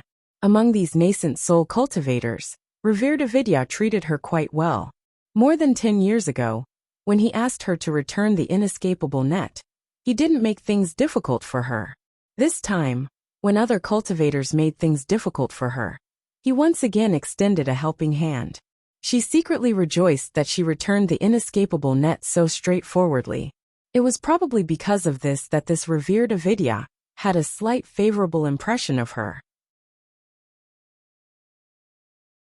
"Benefactor Emo, are you all right?" A voice entered her ears. Emotienga turned around and saw that it was Ju Wu, who was also standing behind Revered Avidya. This Ju Wu was tall, had thick eyebrows, big eyes, and looked very sturdy. However, he also looked honest and sincere. Right now, he turned his head to ask her. His expression was full of concern and didn't seem fake. Emotienga wiped the sweat on her forehead, then answered with a smile. "Thank you for your concern, fellow Taoist. I'm just a little tired." Ju Wu also smiled at her, but still put his palms together, and obediently stood behind Revered Avidya. A hint of confusion flashed in Emotienga's eyes. Back then, when she met Ju Wu in Sky Snow City, he was driven out. He was very down and out, and he even robbed other cultivators with his junior martial brother. Although he kept some commandments in mind, what he did was really a bit. Moreover, when she killed his junior martial brother out of anger, he was very sad. Why didn't he blame her at all, and even cared about her now? Sensing her gaze from time to time, Ju Wu turned around and smiled at her. "Benefactor Emo, is there something wrong? Why are you looking at me like that?" Since she was discovered, Emotienga bluntly said, "Fellow Taoist Ju Wu, please don't blame me. I just feel that you're very different from when we first met, so." "I see." Ju Wu still had a humble smile on his face as he said, "What happened back then was because of this poor monk's mistake. Ever since I was brought back to Mount Baifu by senior martial brother Ju Xan, this poor monk has cut off all ties with the past." "Is that so? Could it be that he doesn't even care about killing his junior martial brother?" "Little fellow Taoist," Revered Avidya suddenly said, "Ju Wu cultivates Zen." Emotienga was stunned. "He cultivates Zen? What does that mean?" But Ju Wu just smiled at her. He still stood there with his head lowered and didn't say anything. In the next few days, everyone focused on hurrying on their journey. During this journey, Emotienga saw numerous sea beasts in the Sea of Returning Ruins. Their numbers ranged from the 5th rank to the 7th rank. There were even some 8th rank sea beasts once in a while. Fortunately, with so many nascent soul cultivators here, those sea beasts sensed their powerful momentum and flew far away before they could get close. Their journey was almost smooth sailing, and they soon arrived at their destination. Several days later, the group of nascent soul cultivators stopped in the sky above an isolated island in the sea. Looking at the island surrounded by clouds and mist under their feet, someone asked doubtfully, "Senior martial brother Yuanmu, is this the place?" Emotienga also had doubts in her heart. The island under their feet was a bit bigger than One Leaf Island, but it was bare and looked like a stone mountain without the slightest bit of spiritual aura. Of course, Master Taoist Yuanmu didn't explain, and directly landed on the island. The others also followed him, and landed one after another. There were already other cultivators waiting on the island. When they saw the cultivators from the three groups, they hurriedly went up to greet them. Emotienga glanced at them. Most of these cultivators were in the early stage of the nascent soul realm. They didn't look like they were from any big forces, so they could basically be regarded as extras. The biggest benefits would naturally be divided among the few biggest forces. As for these people, it would depend on their own fated chances. Emotienga thanked Venerable Avidya, then casually found a quiet corner, and sat down cross-legged. In the following day, more and more nascent soul cultivators arrived, and their cultivation levels were also getting higher and higher. Fellow Taoist Yuanmu, fellow Taoist Avidya, Mr. Yu, you three came really early. Sensing another powerful spiritual aura approaching, Emotienga opened her eyes and saw another late-stage nascent soul cultivator descending with several disciples. This late-stage nascent soul cultivator looked like a skinny old man. He wore a tattered Taoist robe and held a horsetail whisk, but his voice was full of energy. So it's fellow Taoist Gua. Master Taoist Yuanmu greeted him with a smile. This is Taoist Gua from Pufa School. Ling Yunhe came to her side and said softly, Taoist Gua looks unremarkable, but his diamond body refining technique is very good. There are very few people in Yunzhong who can break his body protecting technique. Emotienga nodded, indicating she understood. She then turned to Ling Yunhe and smiled. Thank you for telling me, fellow Taoist Ling, fellow Taoist Ling. You're still hanging out with me. Aren't you afraid of the sect's elders getting angry? Ling Yunhe laughed. Martial uncles and martial uncles don't care about this. They don't like fellow Taoist Qin, because you show off too much and don't give them any face. Oh, Emotienga answered softly. It turned out her attitude was too tough, which made these nascent soul seniors unhappy. Speaking of which, these nascent soul seniors were really narrow-minded. Fellow Taoist Qin, we've known each other for many years, so I have to remind you. Although you have the Fuxing sword and senior Fu Yaozi's help, you still have to be careful on this trip. After all, there are too many nascent soul seniors who came this time, and many of them are hot-tempered. Fellow Taoist Qin, you'd better restrain yourself. Hearing Ling Yunhe's advice, Emotienga smiled and thanked him sincerely. Thank you, fellow Taoist Ling. I understand. Seeing that she listened to his advice, Ling Yunhe smiled and seemed to be relieved. By the way, fellow Taoist Ling, did the master of the Heavenly Devil Tower also find a master? Ling Yunhe nodded. Yes. If not, how could he let us make the sacred objects recognize him as master? Emotienga thought about it and agreed. They were the ones who paid the most attention to the mysterious space in the Sea of Returning Ruins. Since they came here, they must have confirmed that the 5 sacred objects recognized them as masters and could open the space. Who got the Heavenly Devil Tower? This question made Ling Yunhe hesitate for a moment. In the end he said, fellow Taoist Qin will know soon.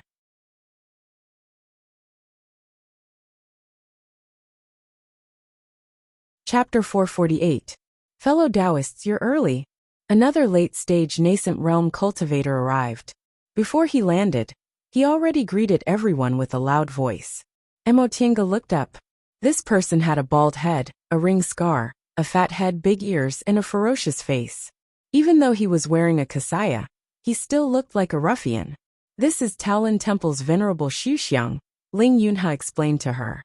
He cultivates the tiger taming technique, which is different from venerable Avidya's.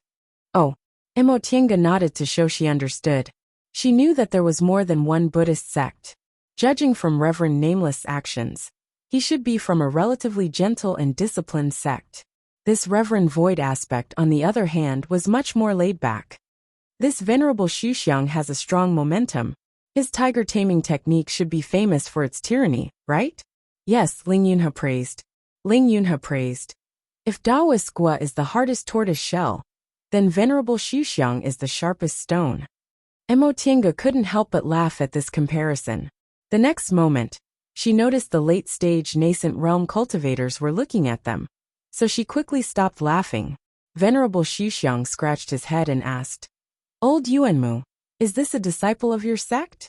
Master Yuanmu cast him a sidelong glance and said stiffly, "Why do you care? I know this boy. He's from the Ling clan. The one next to him isn't wearing Juyan sex clothes. Is she his wife?" Emotianga didn't care, but Ling Yunhe said hurriedly, "Senior Xuxiang, please don't misunderstand. This is fellow Taoist Mo, the person Fuxing Sword recognized as its master." "Oh." Venerable Xuxiang was surprised and laughed. "Little girl, you're not bad." Emotianga could only smile and clasp her hands towards Venerable Xuxiang to show her respect. Venerable Xuxiang waved at her and turned back to continue talking with the late-stage nascent realm cultivators. After a while, a strong devil aura fluctuation came from the sky. Emotianga was shocked when she looked up. This person was obviously a devil cultivator. Judging from his momentum, he was probably a late-stage nascent realm cultivator. This person was covered in a cloak and looked like a devil cultivator. Behind him were two tall refined corpses. They were both in the early stage of the nascent soul realm. "This is Yuing City Lord, Yuing Demon Lord," Ling Yunhe said. "Among the three great demon monarchs of the diabolism, Demon Monarch Yuing is the most mysterious. No one has ever seen what he looks like, and the two refined corpses beside him are also famous. Ordinary nascent soul cultivators are no match for them. In terms of strength, even our sect's uncle Master Yuan Mu might not be able to defeat him. Late nascent soul cultivation level, and two refined corpses in the early stage of the nascent soul realm." Emotianga said with a sigh, "Aren't they three people in one?" Ling Yunhe smiled. "Isn't that so? However, refined corpses are also very difficult to refine. It's not much easier than feeding spirit beasts. Being able to cultivate a refined corpse to the nascent soul stage is also a form of strength. It has been many years since we last met. Fellow Yu Ying's cultivation has improved again." Seeing Yuing City Lord, Venerable Su Xiang said in a strange tone. It was a pity that Moon Shadow City Lord ignored him and merely greeted perfected Yuan Mu and the rest. After another half a day, many cultivators came to the small island one after another, but the late-stage nascent soul cultivators were nowhere to be seen. Emotianga couldn't help but ask, "Fellow Taoist Ling, there are more cultivators in the late stage of Yunzhong, right?" Ling Yunhe pondered for a while and said, "There are still 4 people who haven't arrived. They should arrive before the space opens." "Oh, which 4? 2 of them are naturally the other 2 demon monarchs," Ling Yunhe said. "The 3 demon monarchs are all in the late stage. Only Yuing City Lord is here. There's also progenitor Miaoying from Jingshu School. She seems to have some matters to deal with. And she even sent a letter to my uncle Master Yuan Mu. The last one is an individual cultivator. There are 2 other demon monarchs." Emotianga frowned. "Is the Heavenly Devil Tower with one of them?" As she spoke, a strong wave of devil aura came from the sky again. It was even stronger than when Yuing arrived. Emotianga looked up. Sure enough, a group of devil cultivators had arrived, and among them were 2 in the late stage of the nascent soul realm. Guifeng Demon Monarch, Night Frost Demon Monarch, they actually came together. Ling Yunhe murmured. Emotianga knew Guifeng Demon Monarch, and Night Frost Demon Monarch was actually a very young woman with a cold face. Although her face was as cold as frost, she was as beautiful as a peach. She wore a dark purple robe that wrapped tightly around her body, giving her a different kind of charm. Emotianga was secretly surprised. She knew Night Frost Demon Monarch was the Lord of Night Owl City. Among the 3 devil domains of the Devil Path, Night Owl City was the most overbearing and ruthless one. Any cultivator who offended Night Owl City would be avenged. For example, in Starfall City, the Lord's mansion was slaughtered in one night, and no one survived except for Lord May. She really didn't expect that the Lord of such an overbearing Night Owl City was actually a woman. Then, her gaze was attracted by a person in the queue. Yang Qingji. His cultivation level was still in the middle stage of the core formation realm.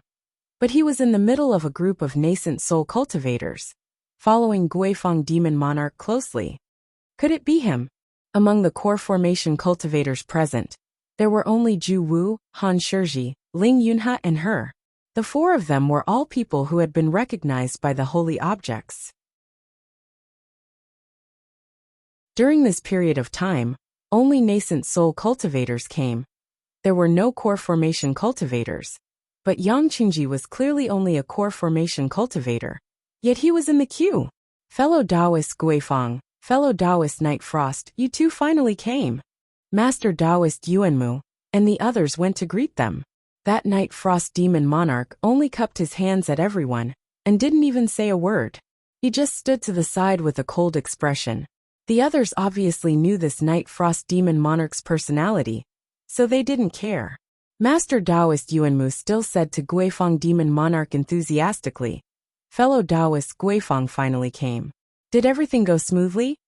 Guifang Demon Monarch nodded expressionlessly and answered, fellow Taoist Yuanmu doesn't need to worry. On the side, Scholar Yu smiled and said, fellow Taoist Guifang really hit it well. If we hadn't gathered the other four holy objects, no one would have known Heavenly Devil Tower had actually fallen into fellow Taoist Guifang's hands. Isn't that so? Once Scholar Yu finished speaking, Venerable Xuxiang immediately let out a strange cry. Back then, fellow Taoist Guifang really deceived us miserably in returning ruins. See. He even said it was because of our Buddhist school that fellow Taoist lost Heavenly Devil Tower. As it turns out, fellow Taoist was just bluffing. The sarcasm in Venerable Xuxiang's words was very strong. When Guifang Demon Monarch heard what he said, the muscles on his face twitched, but he only let out a humph and didn't argue with him. Hearing up to this point, Mo Tiange was already certain that the person Heavenly Devil Tower recognized as its master was Yang Qingji. This Guifang Demon Monarch was really scheming. Back then, he became enemies with Buddhist school because of the Heavenly Devil Tower. When Venerable Avidya went to Guifang City, he even acted like he wouldn't stop until one of them died. But in the end, he secretly took Heavenly Devil Tower for himself. Others only knew he hated Buddhist school to the extreme, but they didn't know that was just a smokescreen. Her gaze once again fell on Yang Qingji. At that moment, Yang Qingji also noticed her. After a moment of hesitation, he raised his hand towards her. Mo Tiange smiled and returned his salute. What a coincidence! She actually knew all the people the other holy objects recognized as their masters. She and Ling Yunhe had some friendship, and Yang Qingji could be considered an old acquaintance. As for Jiehe, she still couldn't tell whether he really didn't hold a grudge or not, but Han Shizhi clearly had a grudge against her. Although Ling Yunhe promised to mediate for her in the past, there were old grudges between them. If there was a conflict of interest, Han Shizhi would definitely harm her. Mo Tiange sighed inwardly. She really had to be careful in this matter. Even if she had the Fuxing sword, and those people didn't dare to do anything to her, she was still at a disadvantage. If only her master and senior martial brother were here. Just as she was thinking, another person flew towards the island. This person's cultivation level was in the middle stage of the nascent soul realm, but the aura around his body was extremely strong. Mo Tiange even thought her senses were wrong. However, this person's aura clearly lacked something. It couldn't compare to the late stage of the nascent soul realm. As this person flew closer and closer, and landed on the island, Mo Tiange's expression suddenly changed. This person was shrouded in black clouds. Whether it was the appearance or the aura of the black clouds, they reminded her of one person, Master Songfeng. This person naturally couldn't be Master Songfeng, but his appearance was exactly the same as Master Songfeng's. If this person wasn't a male cultivator, Mo Tiange almost guessed it was Nie Wuxiang. Primordial Devil Aura, she said in a low voice. This person cultivated Primordial Devil Aura. Could it be that there was a sacrificial temple in the clouds? It's you. Before Mo Tiange could figure out what was going on, the cold-faced woman, Devil Monarch Yishuang, already spoke. She stared coldly at the new devil cultivator, waved her sleeve, and the ribbon on her purple robe fluttered. All of a sudden, her aura was astonishing. Mei Feng, how dare you? You escaped from me back then. And now you still dare to bump into me today. Mei Feng. Mo Tiange was taken aback. It was actually Castellan Mei of Starfall City back then? He escaped with his life. And in the past few decades, he actually advanced to the middle stage? The sharp voice of a teenager came from the black clouds. Castellan Yi, why are you so ruthless? Back then, I accidentally offended your disciple. And you've already completely destroyed the foundation of my Starfall City. All these years, I haven't caused trouble for your Nighthawk City. So this matter can be considered even, right? Easy for you to say. Devil Monarch Yi Shuang said coldly. Your small Starfall City is also worthy of being mentioned in the same breath as my disciple? Take your life to make amends first. Right after he finished speaking, his devil aura suddenly rose and heavily pressed down. The early-stage nascent soul cultivators on the island with slightly lower cultivation levels were shaken, while the 5 core formation cultivators, including Mo Tiange, couldn't help but sway. Seeing this, revered Wu Ming flicked his kasaya, and an invisible aura protected the juniors. He put his palms together and said, Ba, fellow Taoist Yi Shuang, if you want to have a private fight, please don't hurt the innocent. Devil Monarch Yi Shuang swept his gaze over, and withdrew his devil aura, but his eyes were still fixed on Mei Feng. Mei Feng laughed and said, Castellan Yi, although you're stronger than me, I'm no longer the Mei Feng of the past. It won't be easy to capture me. Today, we both came for the fated chance of the 5 saints of the returning ruined sea. Compared to the soul formation realm, this little grudge is nothing. If we can't reconcile, let's fight after we come out, okay? Devil Monarch Yi Shuang stared at him coldly for a while, then snorted and waved his sleeve. The purple satin belt was still wrapped around her body, but he looked away, no longer looking at him. The crisis was over. Mei Feng landed on the island, and the primordial devil aura on him faded a little. Although he was already in the middle stage of the nascent soul realm, there were 8 or 9 late-stage cultivators on the island, so he didn't dare to act rashly. Moreover, he didn't have many friends in the past, so he just wanted to find a quiet place to stay low-key and wait. However, when he turned around, he saw Mo Tiange sitting cross-legged in the corner. It's you. He was shocked and angry. Mo Tiange sighed helplessly. Castellan Mei, long time no see. Mei Feng gnashed his teeth and looked at her. Old and new grudges surged up. The primordial devil he painstakingly cultivated was swallowed by someone else. The Starfall City he painstakingly built for many years was destroyed, and he fled in panic like a stray dog. He didn't really hate Devil Monarch Yi Shuang, because she was strong, and he accidentally offended her. However, he hated Mo Tiange to the bone. If it weren't for this junior, his primordial devil wouldn't have been eaten by someone else. If it weren't for his failure on the verge of success, his Starfall City wouldn't have been exterminated. If it weren't for offending Devil Monarch Yi Shuang, he wouldn't have had to hide for dozens of years. His actions were faster than his thoughts. He raised his arm, and a gust of primordial devil aura shot towards Mo Tiange.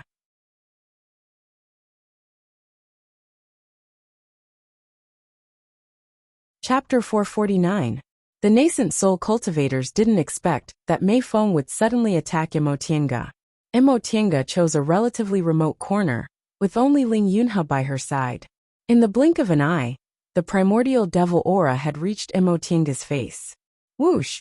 Mo Tiange opened the heaven and earth fan, and blocked in front of her. At the same time, the art of primordial devil aura, and the white silk handkerchief turned into mist and surrounded her body. Even so, Mo Tiange was still sent flying in the next moment. Fortunately, after several years of training by Fu Yaozi, her strength had increased greatly, so she could withstand the hasty attack of a nascent soul cultivator. Moreover, almost all of her magic treasures had the effect of restraining devil qi, so even though she was repelled, she didn't suffer too serious injuries. Mei Feng immediately chased after her aggressively. *TCH. I'll grind your bones and scatter your ashes to vent my hatred. Fellow Taoist Mei. Master Taoist Yuanmu shouted but didn't stop her. He saw Mo Tiange's means just now. This junior was indeed skilled. At least, she could resist for a few breaths. He had been angered by Mo Tiange several times before, so he decided to save her after she suffered a bit. With his cultivation level, he could save her before she died. Emotienga didn't have much time to think. She tiptoed and soared into the air. Light flashed in her hands, and several high-level talismans were slapped on her body without hesitation. Finally, she opened the lotus umbrella to block the remaining devil aura. Mei Feng was furious to see her escape from his hands. He snorted coldly and clenched his hands. More and more primordial devil aura gathered between his palms and became as black as ink. When the primordial devil aura finished gathering in his hands, Mei Feng grinned, turned his wrist, and pushed the mass of primordial devil aura out. The mass of primordial devil aura whistled through the air. Emotienga's expression suddenly changed. If she was hit by this mass of primordial devil aura, even if she didn't lose her life, she would at least lose half of it. She couldn't help but feel annoyed. These nascent soul cultivators clearly knew she had the key. If they didn't save her now, when would they? Although she hated these people, she did not wait for death. She pressed her wrist, and a golden light shot out from her arm, pouring into the lotus umbrella. The umbrella suddenly lit up, and at the same time, she quickly fell down. You want to escape like this? Mei Feng sneered and waved his sleeve. Primordial devil aura immediately chased after her. The intermediate stage of the original level. Even though she has been under Fu Yaozi's guidance for many years, and her capabilities have greatly increased, and her cultivation level has reached the peak of the original level, this was still a gap she could not make up for. Sensing that the mass of primordial devil aura was getting closer and closer, Emotienga secretly clenched her teeth. She could only hold the lotus elemental umbrella tightly, and use the heaven and earth fan in front of her to block it. If these old farts didn't attack, they wouldn't be able to open it. Amitabha. A chant of Buddha's name resounded like a huge bell. Emotienga felt a warm sensation on her body as a golden light enveloped her. At the same time, she heard the clear sound of a sharp weapon, and a figure swept over like lightning, blocking in front of her. Boom! The approaching mass of prime devil chi collided with a beam of red light. In an instant, the spiritual energy on the island surged and the weather changed.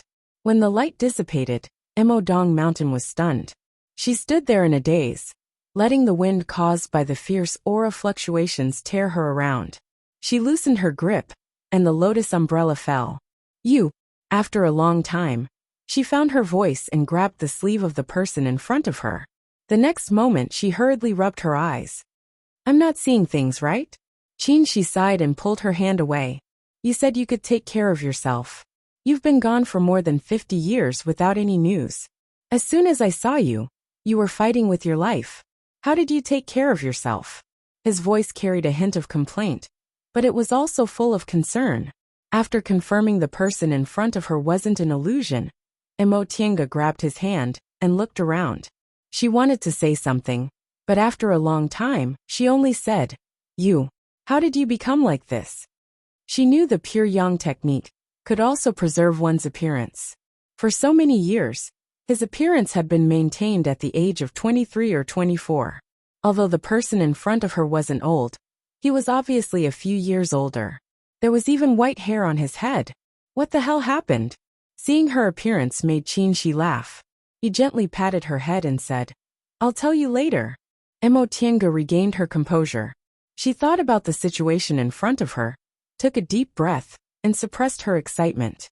Although she was full of questions, didn't understand why he suddenly appeared here, didn't know how he found her, and didn't know what happened to him, she was sure he was real.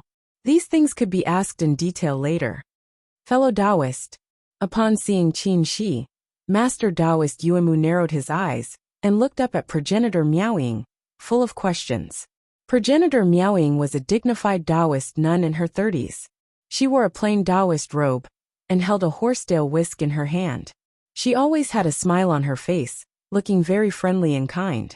Fellow Taoist Yuenmu, fellow Taoists, I'm late. Please forgive me. She slightly lowered her head and saluted everyone. Junior Martial Sister Miaoying. There's no need to be so polite between us. Master Taoist Yuenmu greeted her with a smile. It's not time yet, so I'm not late. The others also greeted her one after another. Even Venerable Xuxiang, who had a bad temper, smiled at her. It could be seen that this progenitor Miaoying was very popular. When they finished greeting each other, Master Taoist Yuanmu asked, "Junior martial sister Miaoying, is this fellow Taoist your friend?" Seeing his vigilant gaze, progenitor Miaoying smiled and said, "Yes, I met this fellow Taoist Qin not long ago, and we had a pleasant conversation. Fellow Taoist Qin happened to come to the Sea of Returning Ruins to look for someone, so I invited him to come with me." As she spoke, she winked and sent a voice transmission. Fellow Taoist Yuanmu. Although this fellow Taoist Qin is only in the middle stage of the nascent soul realm, his strength can't be underestimated. I'm afraid he's not weaker than late-stage cultivators like us. Upon hearing this, Master Taoist Yuanmu looked at Qin Shi with something else in his eyes. He also asked via voice transmission, "Junior martial sister, do you know this person's background? Is this the person he's looking for?" Master Taoist Yuanmu's reaction confused Miaoying, so she replied, "It seems so. This fellow Taoist Qin is said to be from the outer endless sea, a celestial pole cultivator." Progenitor Miaoying paused for a moment before nodding. Probably. At that moment, Qin Shi was confronting Mei Feng. Mei Feng stood there vigilantly, staring coldly at Qin Shi. Just now, when his mass of primordial devil aura was about to hit her, Revered Avidya acted and used his golden bell shield to protect her. However, this new middle-stage nascent soul cultivator suddenly appeared and blocked his mass of primordial devil aura for her. This surprised Mei Feng and made him vigilant. He was surprised that there were actually two nascent soul cultivators who stood up for this stinky girl. Could it be that there was some kind of relationship between them? He was vigilant because in the past 50 years, he had been hiding and painstakingly cultivating, only to reach the middle stage of the primordial devil art. He believed his primordial devil aura couldn't be resisted by cultivators in the same realm as him. However, this new cultivator, who was clearly in the middle stage of the nascent soul realm like him, was able to scatter his mass of primordial devil aura with just a magic weapon. He had never seen this cultivator before. "Who are you, Your Excellency?" Mei Feng said in a deep voice. "Let me give you a piece of advice. This woman and I have an irreconcilable hatred. Your Excellency, it's better if you don't intervene." Qin Shi curled his lips into a contemptuous smile. "What if I insist on intervening?" Mei Feng's expression darkened and he said gloomily, "Then I'll have to compare notes with you." "Heh." Qin Shi waved his sleeves. The three young real fire swords circled above his head. He sneered and said, "Why would I need to compare notes?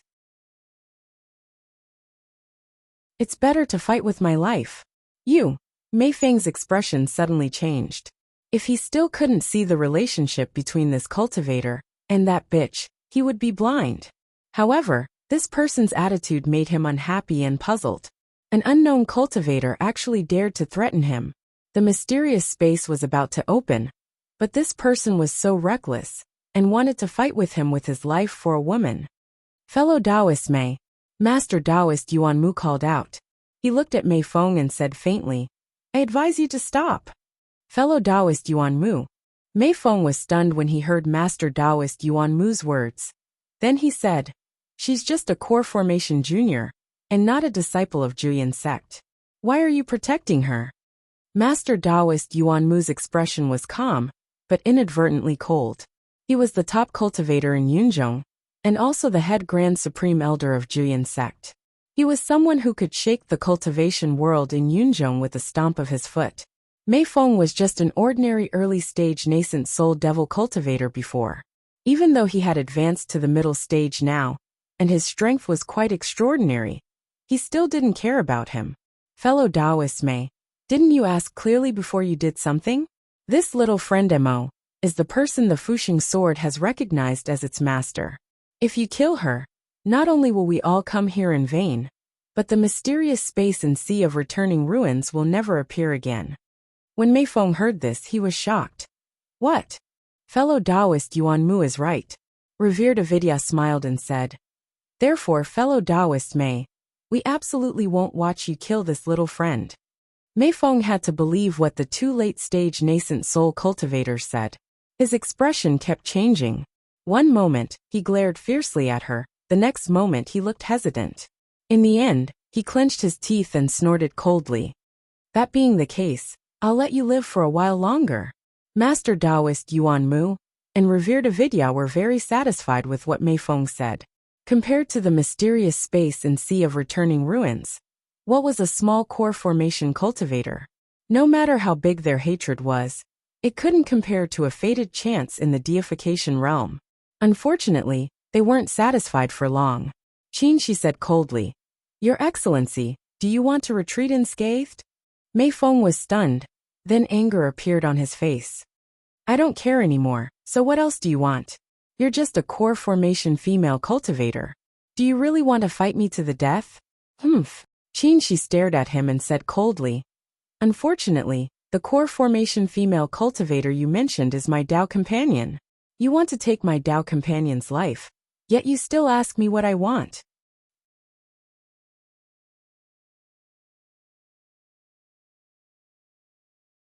Chapter 450.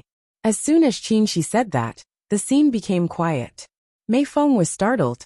Master Taoist Yuan Mu, Venerable Wu Ming, and the others looked at each other, but didn't say anything.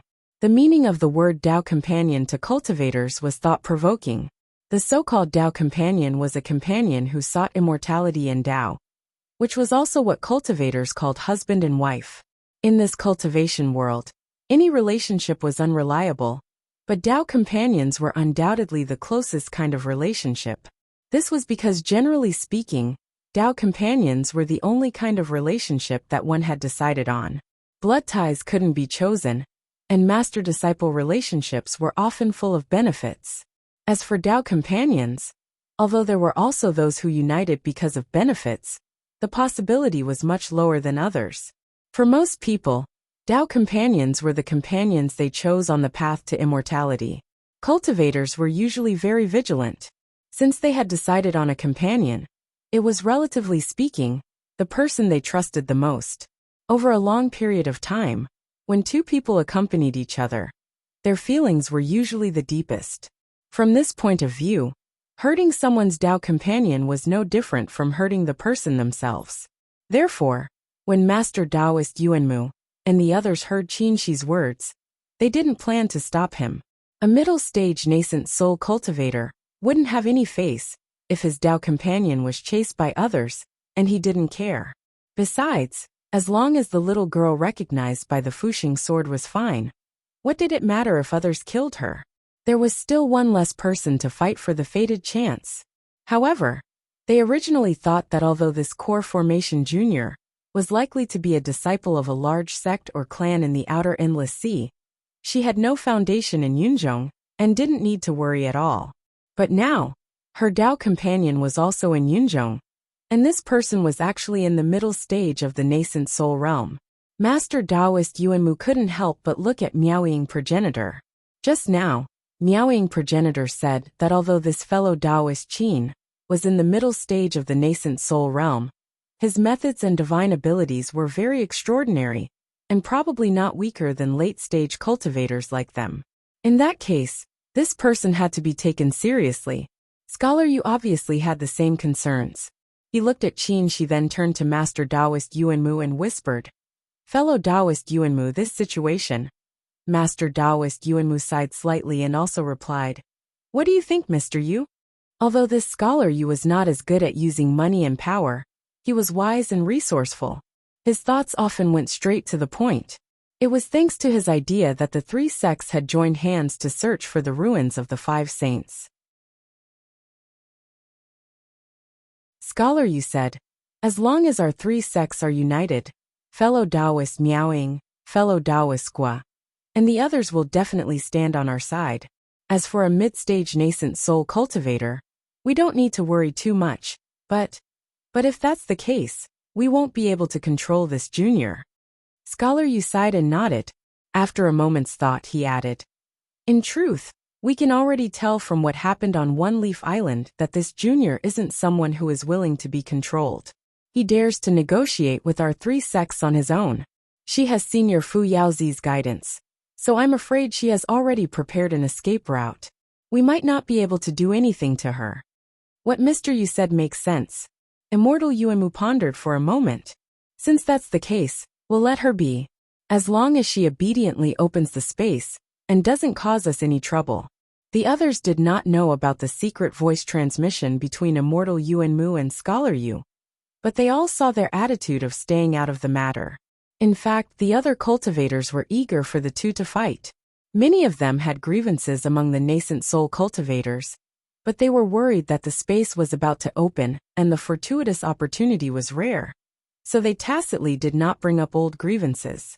If the two of them fought, the two mid-stage nascent soul cultivators would most likely end up with both sides suffering. When that time came, they would have two less formidable opponents after entering the space. Mei Feng was also aware of this. All these years, he had hidden himself to cultivate the Great Prime Demon technique, not daring to appear in front of others at all, because he had previously offended the Night Owl City Lord, Demon Lord Night Frost. However, when news of the secret land of the returning ruined sea came, he could no longer sit still. So what if he offended the Night Frost Demon Lord? If the Night Frost Demon Lord really wanted to take him down before the space opened, he would also lose his strength. When that time came, he would be suppressed by the other late-stage nascent soul cultivators when he entered the secret land. As for what would happen after it ended, who knew what would happen? Perhaps he had obtained a great fortuitous opportunity, or perhaps he would perish inside. The Night Frost Demon Lord was the same. That was why he dared to swagger over directly. However, this mid-stage nascent soul cultivator in front of him did not seem to think so. Mei Feng was very puzzled. Which cultivator in Yunzhong would be willing to miss the secret land of the returning ruined sea? It was related to the legend of the Five Saints Soul Formation. Moreover, looking at this person's cultivation level and magical powers, he should have heard of it long ago. But he had never heard of it. Could it be that this person's cultivation level had improved greatly in the more than 50 years he had been hiding in seclusion? Or could it be that the other party was not a cultivator in Yunzhong at all? Thinking of this, Mei Feng sneered in his heart. Whether it was Shaoyang or Yuanzhou, the level of cultivation was lower than that of Yunzhong. If he was a cultivator from these two places, then it was very likely that this person was fierce in appearance but weak in heart. If this person was a cultivator from Yunzhong, who had just advanced to the mid-stage, then it would be even easier. He was very confident in his Great Prime Demon technique, and cultivators of the same level, who had just advanced, were no match for him. Fellow Taoist, how should I address you?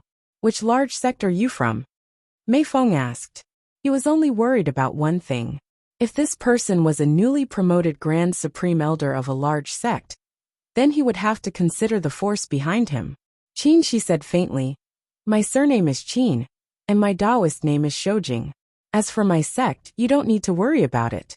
If you have the ability to kill me, even if someone comes to take revenge, they'll be thousands of miles away. Hearing this, Mei Feng's eyes shone with an ominous glint, but he still said in a deep voice, Fellow Taoist Qin, if you weren't a cultivator from Yunzhong, you might not understand the significance of the Five Saints' secret land of the returning ruined sea. There are fated chances to soul formation in there. Qin, she smiled. You don't dare. You. Mei Feng looked angry. He just felt it was a waste of this opportunity. Since this person was so unreasonable, he could only consume some of his strength to kill him. Otherwise, wouldn't it be troublesome if he was plotted against again after entering the secret land? Thinking up to this point, Mei Feng shook his sleeves and primordial devil aura rose. He said coldly, In that case, fellow Taoist Qin, please. Mei Feng's thoughts coincided with Qin Shi's. When he found traces of Tiange in Cloudwing City, he originally planned to look for her immediately. Progenitor Miaoying asked him about his plan, and did him a favor by asking the disciples of Jingshu sect to help him find out the whereabouts of Yi Xiaotian. Later, the disciples of Jingshu sect reported that Yi Xiaotian was heading north, possibly to the returning ruined sea via Nanzhou. Progenitor Miaoying then invited him to go with her. Qin Shi originally planned to refuse, but unexpectedly, he learned from progenitor Miaoying that this matter was related to Qin Wei. The three major sects wanted to gather the 5 holy relics to open the mysterious space in the returning ruined sea, and Qin Wei had one of the holy relics, the Fuxing sword. After connecting the two incidents, Qin Shi was able to guess what happened. He was the only one who knew that Yi Xiaotian and Qin Wei were the same person. Yi Xiaotian, heading to Sea of Returning Ruins, was definitely related to this matter. And progenitor Miaoying was invited by the 3 major sects to go to the returning ruined sea for the same matter. In this case, it was more appropriate for him to go with progenitor Miaoying. Qin Shi was naturally interested in this secret place in the returning ruined sea. Where could he find a fated chance to advance to the deification realm in the celestial pole? He had just advanced to the middle stage of the nascent soul realm, so his cultivation speed had become very slow recently. He came to Yunzhong for 2 reasons. First, Tiange had been away for too long, so he couldn't let go of her. Second, he wanted to find some fated chances for himself. Besides, Tiange was involved in this matter, so he could take care of her if he went. But he didn't expect that as soon as he arrived, he would find Tiange being chased by a middle-stage nascent soul devil cultivator. Based on the reactions of the late-stage nascent soul cultivators, it wasn't difficult to guess that this devil cultivator didn't have any backup. That being the case, it was better to kill him before the secret place opened. It was better than being restrained by him after entering the secret place. Besides, this person had repeatedly indicated that he wanted to kill Tiange to vent his anger. If he wasn't eliminated, he would always be a hidden danger. Senior Marshal Brother, Tiange whispered behind him. This person's cultivation technique is the same as Master Songfang's. Are you confident? Qin Shi had already noticed this. Others might not know what was going on with Master Songfang's cultivation technique, but he knew it very well. He smiled and said, "Don't worry. If it weren't for that, I wouldn't be so confident." Mo Tiange was stunned, but then she thought about it again. Master Songfeng was their archenemy, and they would have to fight him sooner or later. After Senior Marshal Brother advanced to the nascent soul realm, he probably came up with a way to restrain Master Songfeng. She felt a little relieved and stepped back. I understand. The primordial devil aura on Mei Feng's body became thicker and thicker, almost enveloping her whole body. However, compared to Master Songfeng's black cloud, it was still a bit inferior. Qin Shi waved his sleeve. The 3-yang real fire sword that had been revolving around him let out a clear cry and turned into a tangible sword aura. The sword aura was golden, but it was completely red and was tightly surrounded by the 3-yang real fire. Seeing this, Master Taoist Yuanmu raised his eyebrows and said to Primordial Lady Miaoying, "The sword turned invisible. Fellow Taoist Qin's strength is really extraordinary." A cultivator's sword was originally a magic weapon, and all magic weapons had forms. Turning something tangible into intangible required not only a high cultivation level, but also a deep understanding of the nature of spiritual aura. The former wasn't difficult for cultivators above the nascent soul realm to meet this requirement, but the latter was absolutely impossible unless it was someone with excellent comprehension and a thorough understanding of the way of celestials. Primordial Lady Miaoying said with a smile, "If that wasn't the case, why would I praise this fellow Taoist Qin so much? In the whole of Yunzhong, probably only a few old guys like us can turn our swords invisible, and this fellow Taoist Qin is only about 300 years old." What? Master Taoist Yuanmu was taken aback. Turning his swords invisible meant that this fellow Taoist Qin was qualified to talk to them, cultivators in the late nascent soul realm.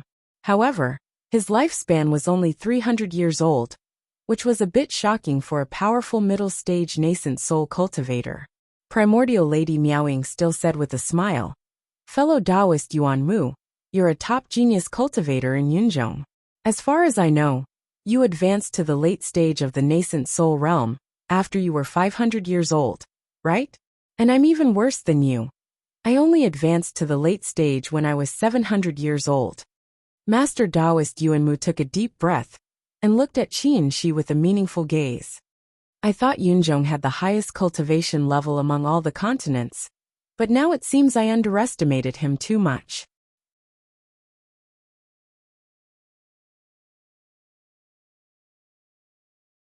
Chapter 451. Formless Sword Transformation. Mei Feng was also shocked. Although he was a devil cultivator, he was a nascent soul cultivator after all, so he still had a discerning eye. As soon as he saw this technique, he knew this person's divine power wasn't small, so he immediately became vigilant. However, in the past 50 years, the more he practiced the primordial devil art, the more he felt it was powerful.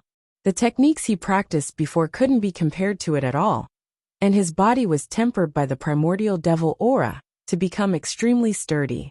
He firmly believed that even if this person's divine power wasn't small, his primordial devil art wouldn't lose to him. At this thought, Mei Feng snorted coldly.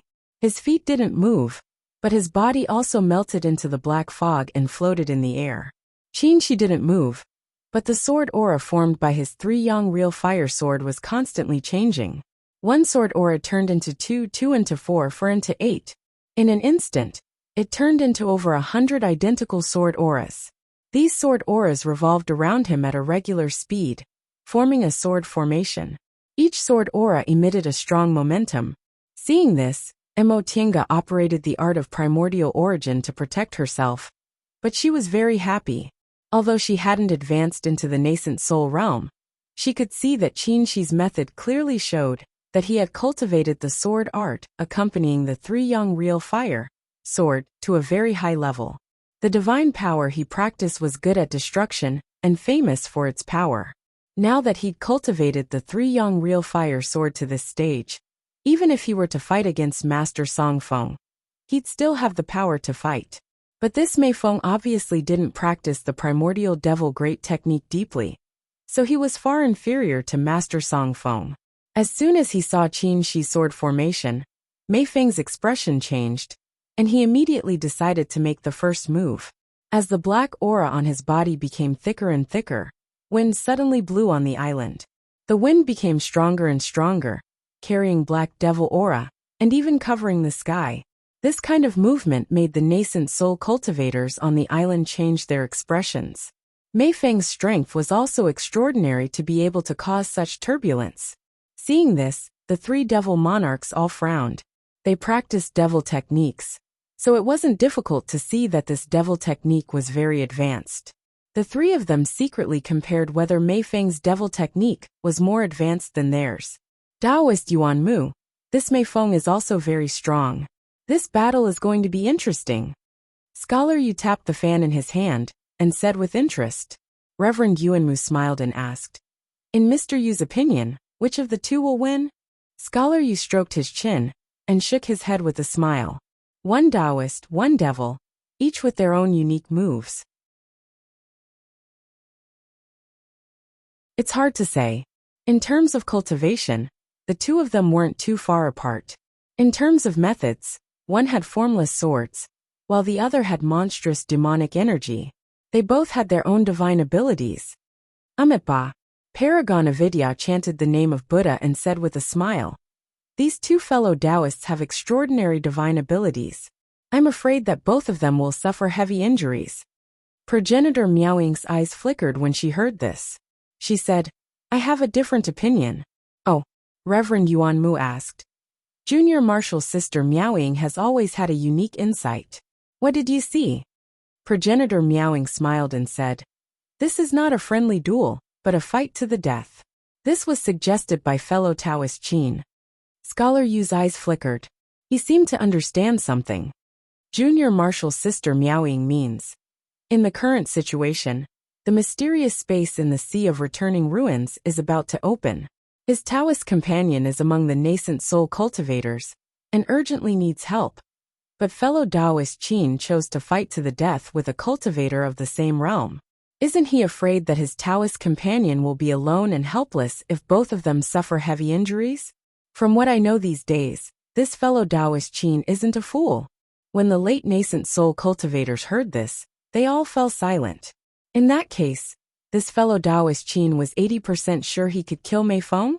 While the late nascent soul cultivators were discussing, Qin Shi and Mei Feng had already started fighting. Mei Feng's demonic aura gathered more and more, and suddenly it rushed towards Qin Shi. The unique feature of primordial devil art was that it didn't require the help of magic weapons or other external objects during fights of magical powers. Demonic aura was their strongest means of attack. This primordial devil aura could both attack and defend, and it was extremely corrosive. If it was hit, it would invade the opponent's body. At that time, the person corroded by the demonic aura would be in excruciating pain. Qin Shi didn't panic at all.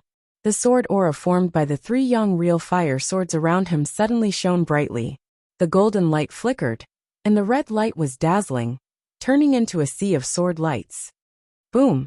The sword formation and the primordial devil chi collided, resulting in a violent explosion of spiritual chi. Not to mention the core formation cultivators. Even the nascent soul cultivators, with slightly lower cultivation levels, felt their minds tremble. Many people were horrified. The middle stage of the nascent soul realm was actually this powerful. Didn't it mean that early-stage nascent soul cultivators, like them, wouldn't last more than a few breaths against the opponent? Seeing this, Revered Avidya flicked his Kasaya, once again protecting the core formation juniors. The cultivation technique he practiced was gentle and good at defense. It was the most suitable for this kind of thing. Being enveloped by Revered Avidya's golden light, Emotinga felt very grateful. She cupped her hands and bowed to him to express her gratitude. Although this Revered Avidya was on the same side as Master Taoist Yuanmu and the others, it was already very rare for him to take care of her in such subtle ways. Qin, fellow Taoist Emo, a voice rang in her ears. It was Ling Yunha. Before, Mei Feng suddenly attacked, followed by Qin Shi's arrival. He was suppressed by the auras of 2 middle-stage nascent soul cultivators, so it was inconvenient for him to move. It wasn't until Emo Tienga retreated to the side that he had a chance to talk to her. So this is where fellow Taoist Mo's previous name came from. It's inconvenient for me to address you in the future. Ling Yunha stared at her with a somewhat complicated smile. Seeing that Qin Shi was handling Mei Feng's attacks with ease, Emo Tienga felt a bit relieved. She then replied, "To be honest, fellow Taoist Ling, my sex Taoist name is Qingwei. After I came to Yunzhong, I changed my name to Qinwei. This surname is actually a coincidence." "Is that so?" Ling Yunha smiled faintly and didn't say anything else about this matter. Just like her, he raised his head and watched the fight between the two of them attentively. Every time Mei Feng's primordial devil aura attacked, it was blocked by Qin Shi's sword formation. Mei Feng couldn't do anything to him. However, as the two of them fought, the strands of primordial devil aura slowly dispersed and lingered around Qin Shi's sword aura. Ling Yunha frowned and said, "Fellow Taoist Emo, this devil aura is unusual. If the sword aura is corroded." Emo Tienga was also worried, but she said firmly, "Senior martial brother definitely has a way." After a few times, the primordial devil aura around Qin Shi's sword aura became more and more numerous. This black aura wandered around the sword aura, even causing the sword aura's light to dim a lot. Seeing this, Mei Feng burst into laughter. "Fellow Taoist Qin, my devil aura is an ordinary devil aura. If I destroy your sword aura, let's see what you can do." Qin Shi frowned slightly, but in the next second he sneered. "You want to destroy my sword aura with just this devil aura? Naive." Right after he said that, a flame suddenly sprang out from his arm. However, this flame wasn't red like his 3 young real fire. Instead, it was a cold, deep blue color. The flame sprang out from his arm and covered all the sword aura in an instant. The blue flame crawled slowly on the sword, from a deep blue color to a light blue, then to a deep blue. In the next second, Mei Feng's expression suddenly changed. These blue flames actually completely devoured the primordial devil aura wandering around his sword aura. He was in disbelief. Impossible. He'd seen the corrosive power of primordial devil aura with his own eyes. No matter how solid the material was, as long as it was devoured by primordial devil aura, it would be slowly corroded without exception. Before he could figure it out, Qin Shi had already retracted the blue flame. With a shake of his arm, The sword formation shone brightly and spread out inch by inch. Before this, his sword formation already had more than 100 sword auras. But now one turned into two, two turned into four, making it impossible to count the number of people. These sword auras spread out in the air like a golden ocean. The momentum was so great that it almost made people feel like they'd be drowned in the next moment. Qin made an incantation gesture and shouted, "Go!" The overwhelming sword aura surged towards Mei Feng. Mei Feng snorted coldly. His devil aura surged and protected him. The momentum of primordial devil aura was far inferior to Qin's sword formation. But when the sword formation encountered primordial devil aura, it couldn't advance an inch. "You want to kill me with this? Wishful thinking." Mei Feng's voice came from the black cloud. Qin smiled coldly.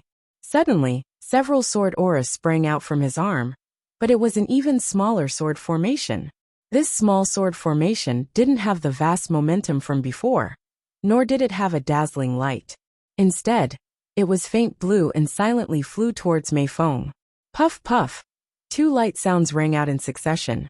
Several blue sword auras sprang out from Qin's arm and pierced into the black cloud in less than a breath's time. "Ah!" A scream came from the black cloud. Mei Feng shouted angrily, "Impossible! This is impossible!" His primordial devil aura was actually pierced through. How was this possible? He was about to gather primordial devil aura to push these sword auras out, but the next moment, he suddenly felt a sharp pain, and a burning sensation instantly drowned him. Boom! A ball of burning black aura fell down. The faint blue flame slowly swallowed the black aura bit by bit. In the end, even the person inside was burned to ashes. Only a Qinquan bag fell out. Qin heaved a sigh of relief. With a wave of his arm, all the sword auras merged into one. Finally, they turned into the three young real fire sword and returned to his body. Seeing this, the small island was silent for a while. Nascent soul cultivators had high standards. They could all see that the key to Qin's victory was that domineering blue flame. But none of them recognized this thing. "Fellow Taoist Qin, you're very skillful." The first to react was Progenitor Miaoying. She smiled slightly and swung her horsetail whisk, sending Mei Feng's Qinquan bag to Qin Shi. She said, "Fellow Taoist Qin, what kind of divine power is this?" Qin Shi took the Qinquan bag and answered, "This is my natal magic weapon, the three young real fire sword." "Is that so?" Progenitor Miaoying asked again. "What is that blue flame? It's really domineering." Qin Shi answered with a smile. "That's a divine power I comprehended when I formed my nascent soul. Extreme young real fire. I'm only at the initial stage now. Sorry for making you laugh at me, fellow Taoist Miaoying." Progenitor Miaoying wanted to say something else, but the crisp sound of a bell suddenly came from the sky. The sound of the bell came with the wind. It seemed to come from very far away, but everyone could clearly hear it. Progenitor Miaoying stopped talking and said with a smile, "Fellow Taoist Ma, you're finally here." Upon hearing this, Mo Tiange looked up and saw a skinny old man riding a donkey in the air. "You're tuning in to the Li Mei's Wuxia Whispers YouTube channel. We're so grateful for your support, and don't forget to subscribe to join us on this incredible journey through captivating stories. Your generosity through donations truly makes a world of difference, as it's the primary source of revenue that allows me to expand and enhance this channel for you. Thank you from the bottom of my heart for being a part of this adventure.